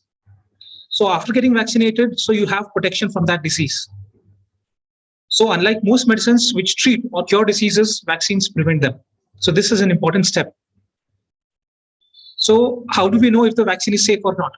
So vaccines go through testing processes via pharmaceutical companies which produce them, as you all know. So in short, small groups of people receive the trial vaccine. The vaccine is given to a specific group of people. Okay, that is depends on age, race, and physical health. That means different communities, different sects of people undergo vaccinations, obviously, because we have to include all of them, depending on the genetic makeup of the people. So this vaccine is given to tens of thousands of people and tested for efficacy as well as safety through a lot of phase clinical trials. So as we have phase 1, 2, 3, 4, so on and so forth. So it is important to know that vaccines go through more testing than any other pharmaceuticals because it is a matter of life and death. Before any vaccine is made available, it must go through rigorous development as well as testing. Manufacturing is critical. Every dose must consistently be of high quality. Additionally, there is extensive testing in clinical trials to prove the safety of them. So these are the different phases. In short, I'm going to discuss. So generally in phase 1, 20 to 100 healthy volunteers are taken. Researchers try to ask them questions. Answer these questions. If the vaccine is safe, are there any serious side effects? Okay. How does the vaccine dose relate to any other side effects? Or is the vaccine causing any immune response? Now, as the phases increase, the number of volunteers should also increase. So phase 2, we have at least several hundred volunteers. So in these phases, so you have to ask, what are the most common short-term side effects? Because as you know, we don't want any side effects. That is the main question. That is what the public fears.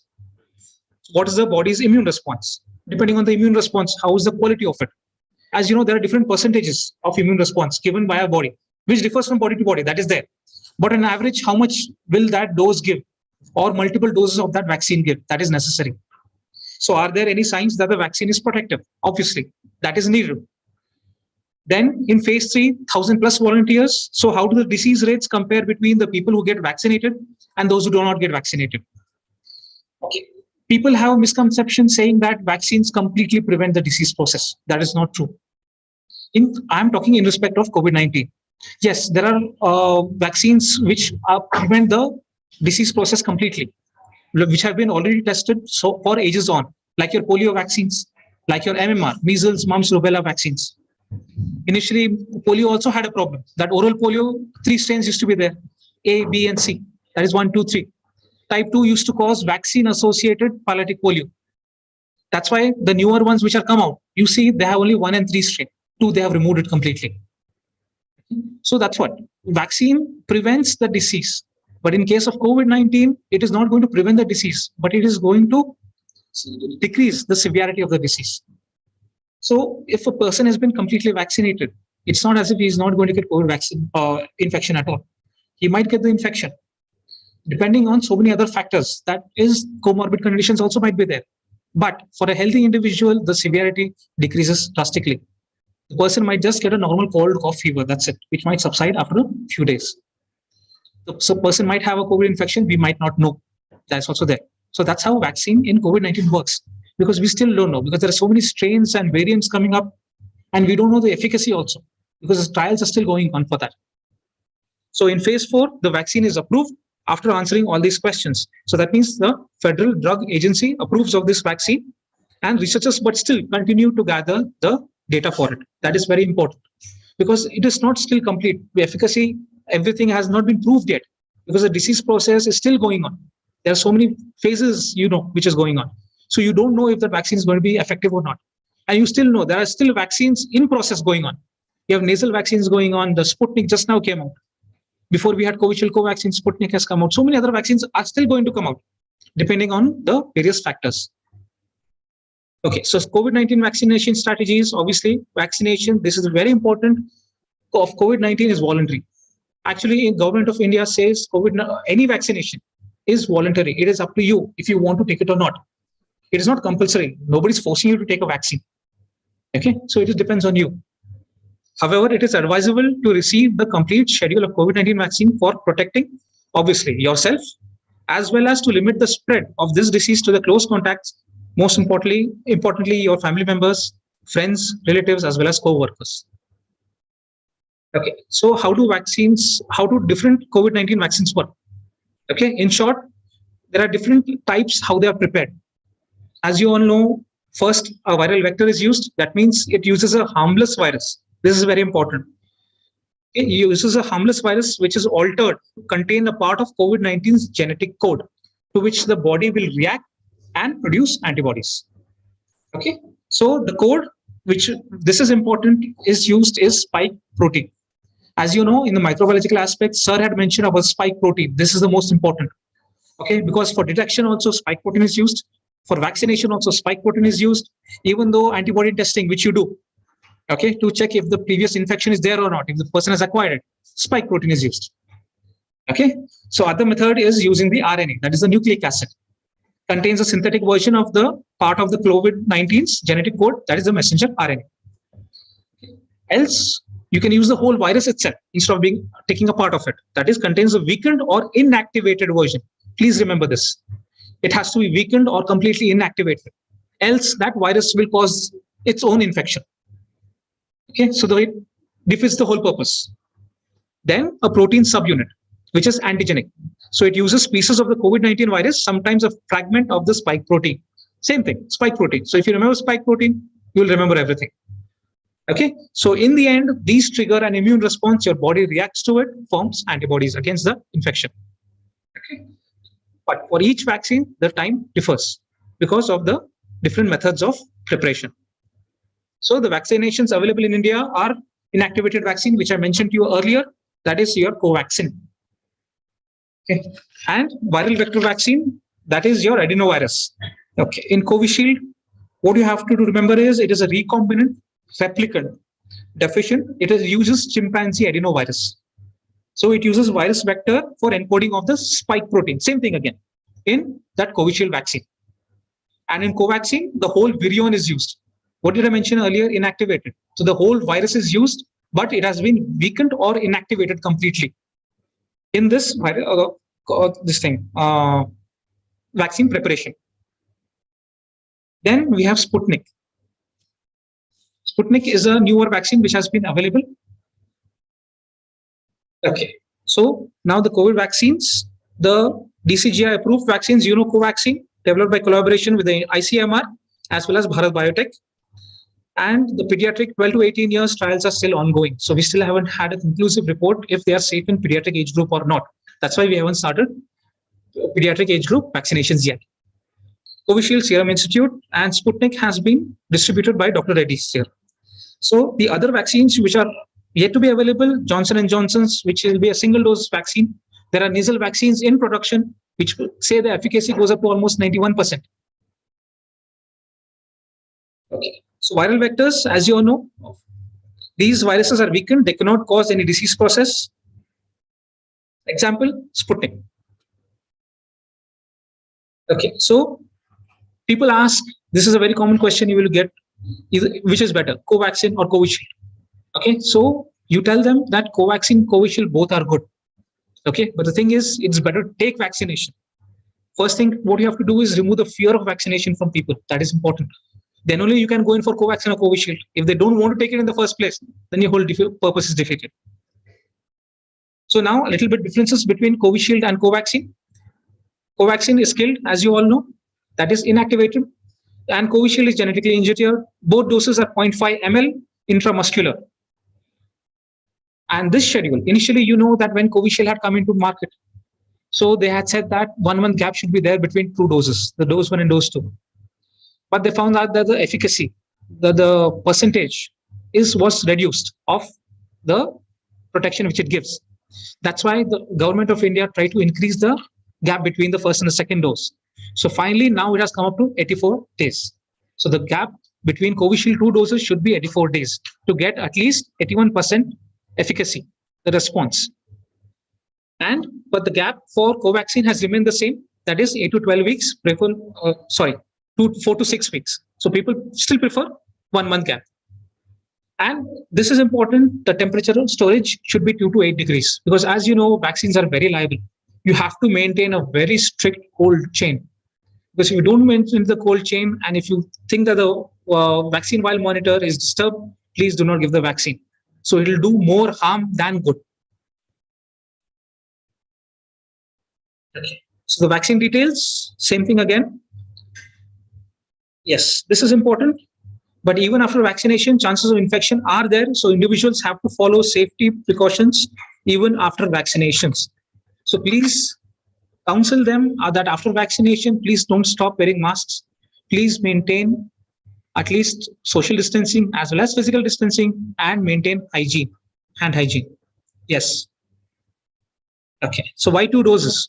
As you know, the first shot helps your body recognize the virus and gets your immune system ready, while the second dose strengthens your immune system even more. So this makes your body more prepared to fight infection. As you know, there are so many vaccinations. Polio has so many doses. DPT has so many doses. MMR has 2 doses. It all depends on the vaccine, how it is prepared and its efficacy. If all this was not a matter, then you would have just got 1 dose of each and every vaccine available. But why do you need so many vaccines? Why do they say that TT has to be given regularly, especially for medical professionals? Because the immune response comes down drastically. That's why you have to take vaccines on a regular basis, depend on the production. So mechanism, this Covishield produces antibodies against only specific region of the virus. The answer is S protein. The immunity in Covaxin, okay, it will be more comprehensive and closer to natural immunity arising from an infection. So efficacy in Covishield, 70% if 2 doses were given 4 weeks apart, and increases to 81% if the duration is increased to 84 days. That's what the government has done. So Covaxin phase 3 trials results show that efficacy was of 81% between 2 doses. Both the vaccines are effective in preventing complications of COVID-19, unless of course if you have severe comorbid conditions and depending on the strain.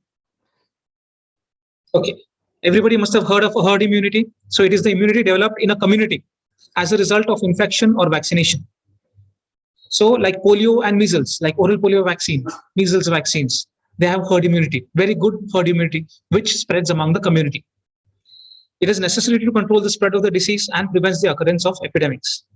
Vaccination of large cohort population is important to develop herd immunity and protect the community against COVID-19. That's why do you think government is insisting on vaccination at a very higher rate and a faster rate? So that people will develop herd immunity. That is very important. Okay, so do the COVID-19 vaccines have any side effects? Okay, this is a very important question and everybody obviously asks you that. Serious side effects from vaccines, including COVID-19 vaccines, are rare. I'm not saying no. There might be side effects, but they are very rare. It is possible that some people may have side effects, which are normal signs that your body is building protection. Okay, so you might have a little bit malaise, little bit fever, cough, cold, which might mimic a very short, mild viral infection. But it is your body's signs showing that it is responding to your vaccine. So these side effects may affect your ability, obviously, to do your daily activities. But as you know, like a small common cold, cough, fever, it will go away in a few days. So the most common side effects, which are minor, are tiredness, headache, pain at the injection site, which is the most common, muscle or joint pain, chills, nausea, vomiting, and fever. Okay. So adverse event following immunization. That means if a person gets any adverse reaction after following an immunization, you have to report it. That is very important. Minor AEFI obviously will be self-limiting as the signs and symptoms which I mentioned earlier. Severe ones, obviously, you have to hospitalize the person and treat accordingly. If any other severe is like resulting in death, requires inpatient hospitalization, results in persistent, significant, this has to be taken very seriously and reported, because this is also part of your phase 4 clinical trials. So the Government of India directives, precautions and contraindications for COVID-19 vaccination. As of now, authorized age group is 18 years plus. Then co-administration of vaccines, if required, COVID-19 vaccine and other vaccines should be prepared for at least interval of 14 years. This is also an important question. Your routine immunization is remain pending. So you have to take COVID vaccination. So please give at least 14 days gap between two vaccinations. Very important. So like as you are healthcare workers, so you know hepatitis B has to be taken on a regular basis. TT has to be taken on a regular basis. So please give a gap of at least 14 days. Okay. So this is also an important question. Now you say that first dose you have taken Covishield. So what dose next? Because now the problem of availability is also there. Okay. It's not as if 100% it is available everywhere. Okay. If that situation arises, people will ask you, can I take Covaxin if my first dose has been Covishield? Or if my first dose is Covaxin, can I take Covishield second dose? Please do not say yes, because we still do not have any data pertaining to that. Yes, research is still ongoing. They will let us know. But when? It depends on the government. So as of now, please do not interchange. If you've taken one dose of Covaxin, please, the second dose has to be Covaxin as of now, and vice versa for Covishield. So the key facts: getting vaccinated can help prevent getting sick with COVID-19. People who have already gotten sick with COVID-19 may still benefit from getting vaccinated. This is also a question. So if I got vaccinated, I have got active COVID-19 infection, do I still need to take COVID vaccine? Yes, you still need to take COVID vaccine, because it is not as if you are going to get a lifelong protection from that vaccine if you've got an infection. This is not like chickenpox. Like chickenpox, when they say if you get an infection, you're not going to get an infection again, theoretically. But yes, for COVID-19, you have to take the dose, but the time duration varies. I'll come to that. Yes. Questions later on. I'll answer that. COVID-19 vaccines cannot give you COVID-19. This is important. People think that vaccine can say you can get a COVID-19 infection, but that is not true. COVID-19 vaccines will not cause you to test positive for COVID-19 viral tests. Okay, but there are other additions which I'll come to later. Okay, so the contraindications. Obviously, people will come from a lot of other areas with a lot of comorbidities, a lot of problems. They'll ask you, am I an eligible candidate for vaccination or not? So the person with the absolute contraindication is a person who has had an anaphylactic or an allergic reaction to the first dose of the vaccine. As you know, the S spike protein has been used in this. Okay, that is a protein. Protein can cause any allergy in anybody. You may never know. Okay, so if a person has had an anaphylactic reaction, yes, you don't have to give the second dose. Okay, so provisional or temporary contraindications. These are all relative contraindications. The first one was an absolute one. You do not have to vaccinate the person. Okay, so persons who have had active infection of symptoms, obviously, COVID vaccination is to be deferred by 4 to 8 weeks after recovery. So please remember at least what they say, 2 to 3 months. Remember that much. Okay, so that much gap has to be there between your active infection and your vaccination time, because you will have some antibodies going on in you. Some protection will be there against it, but we don't know for how much time. But on average, they say that it will last for at least 2 to 3 months. So it is better to take vaccination after that. Okay, so SARS-CoV-2 patients who have been given anti-SARS-CoV-2 monoclonal antibodies or convalescent plasma, those people also you have to wait to give the dose of vaccine. acutely unwell or hospitalized due to some other conditions like comorbid conditions like your heart disease, renal disease, anything like that, please defer your vaccination till then that acute phase has been subsided. So vaccine is temporarily contraindicated. As I mentioned to you again, same thing. Okay, I have to skip this side. Okay, so you have to take proper precautions at a vaccination center.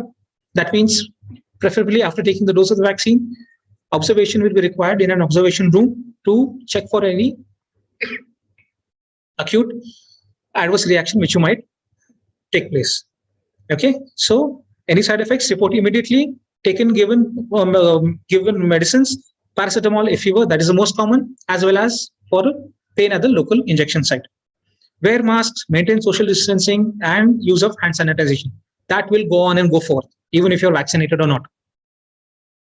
Okay, so people recovered from COVID-19 infection, do they need to take the vaccine? Yes, 4 to 8 weeks, please defer it. Okay, same vaccine at second dose? Yes, Covaxin after 28 days, Covishield after 84 days. Same brand. Okay, this is also in very important questions. Initially, the government had said that please do not vaccinate females who are having menstruation, active menstruation going on, pregnancy and lactation. Very important. Now the decision has been changed. So you can completely vaccinate, okay, females who are having menstruation or who are pregnant or having childbirth. During childbirth also, as well as lactation. But depends on the mother, obviously, because it is not compulsory. It is her option. If she wants it, please, you can give it to her. That is not an issue. Okay. Immunity after second dose of vaccine, it takes at least 2 to 3 weeks more. Okay, and lasts up to almost 6 months. Obviously, the immune response still keeps triggering in your body, and that percentage which the companies have given, that is your 81% and 70%, that takes at least 2 to 3 weeks after getting the second dose. Please remember that. Some people might think first dose ke baad you will get the immunity. It's not like that. What the immunity, the percentage which they mention is after your second dose itself. So people say that if I have taken one dose, that's more than enough. Please counsel them. No, it is not enough. Okay. Then there is no point of taking the first dose also. What is the point? Okay. Sorry. Okay. Same question. The question was actually, can it be given to pregnant women and in childbirth as well as in lactation? The CDC as well as the ACOG, that is your American College of Obstetricians and Gynecologists, recommend, COVID vaccination for pregnant as well as breastfeeding individuals. Okay. So it usually takes few weeks, which I mentioned to you earlier, to build up your protection. Okay, so this means it's possible a person could be infected with a virus that causes COVID-19 just before or just after taking the vaccination. So people will try to blame it on the vaccination. Because of the vaccination, I've got a COVID-19 infection, but that is not true. Please remember that. So we do not know yet how long the COVID-19 vaccine will provide protection. So this will lead to a very important question: when do I take a booster? Do I take a booster? That will be on everybody's mind because it's been months since healthcare workers have taken vaccination. So yes, most probably, yes, we will have to take a booster. But when research is still ongoing, they will let us know.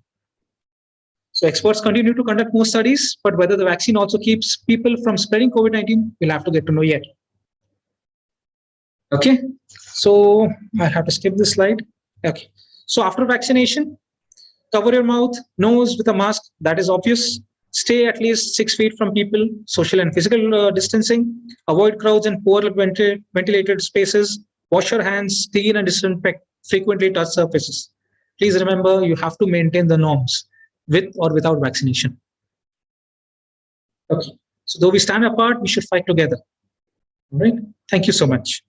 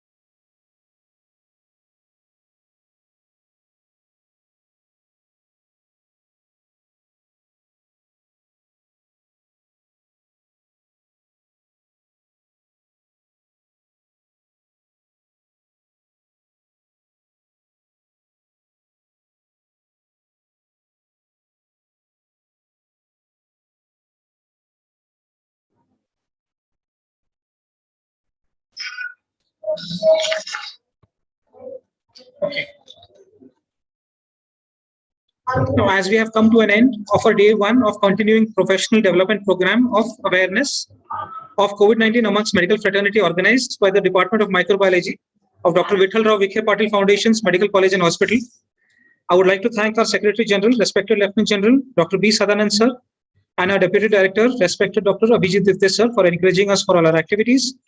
I'm thankful to our respected Dean and Dr. Sunil Natha Maske sir.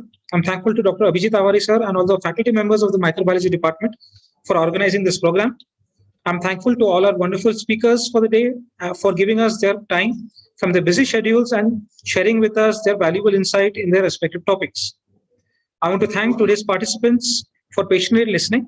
I hope you would have found this series of talks informative and help you in the future. In these testing times, I would like to wish everyone good health and stay safe. Thank you.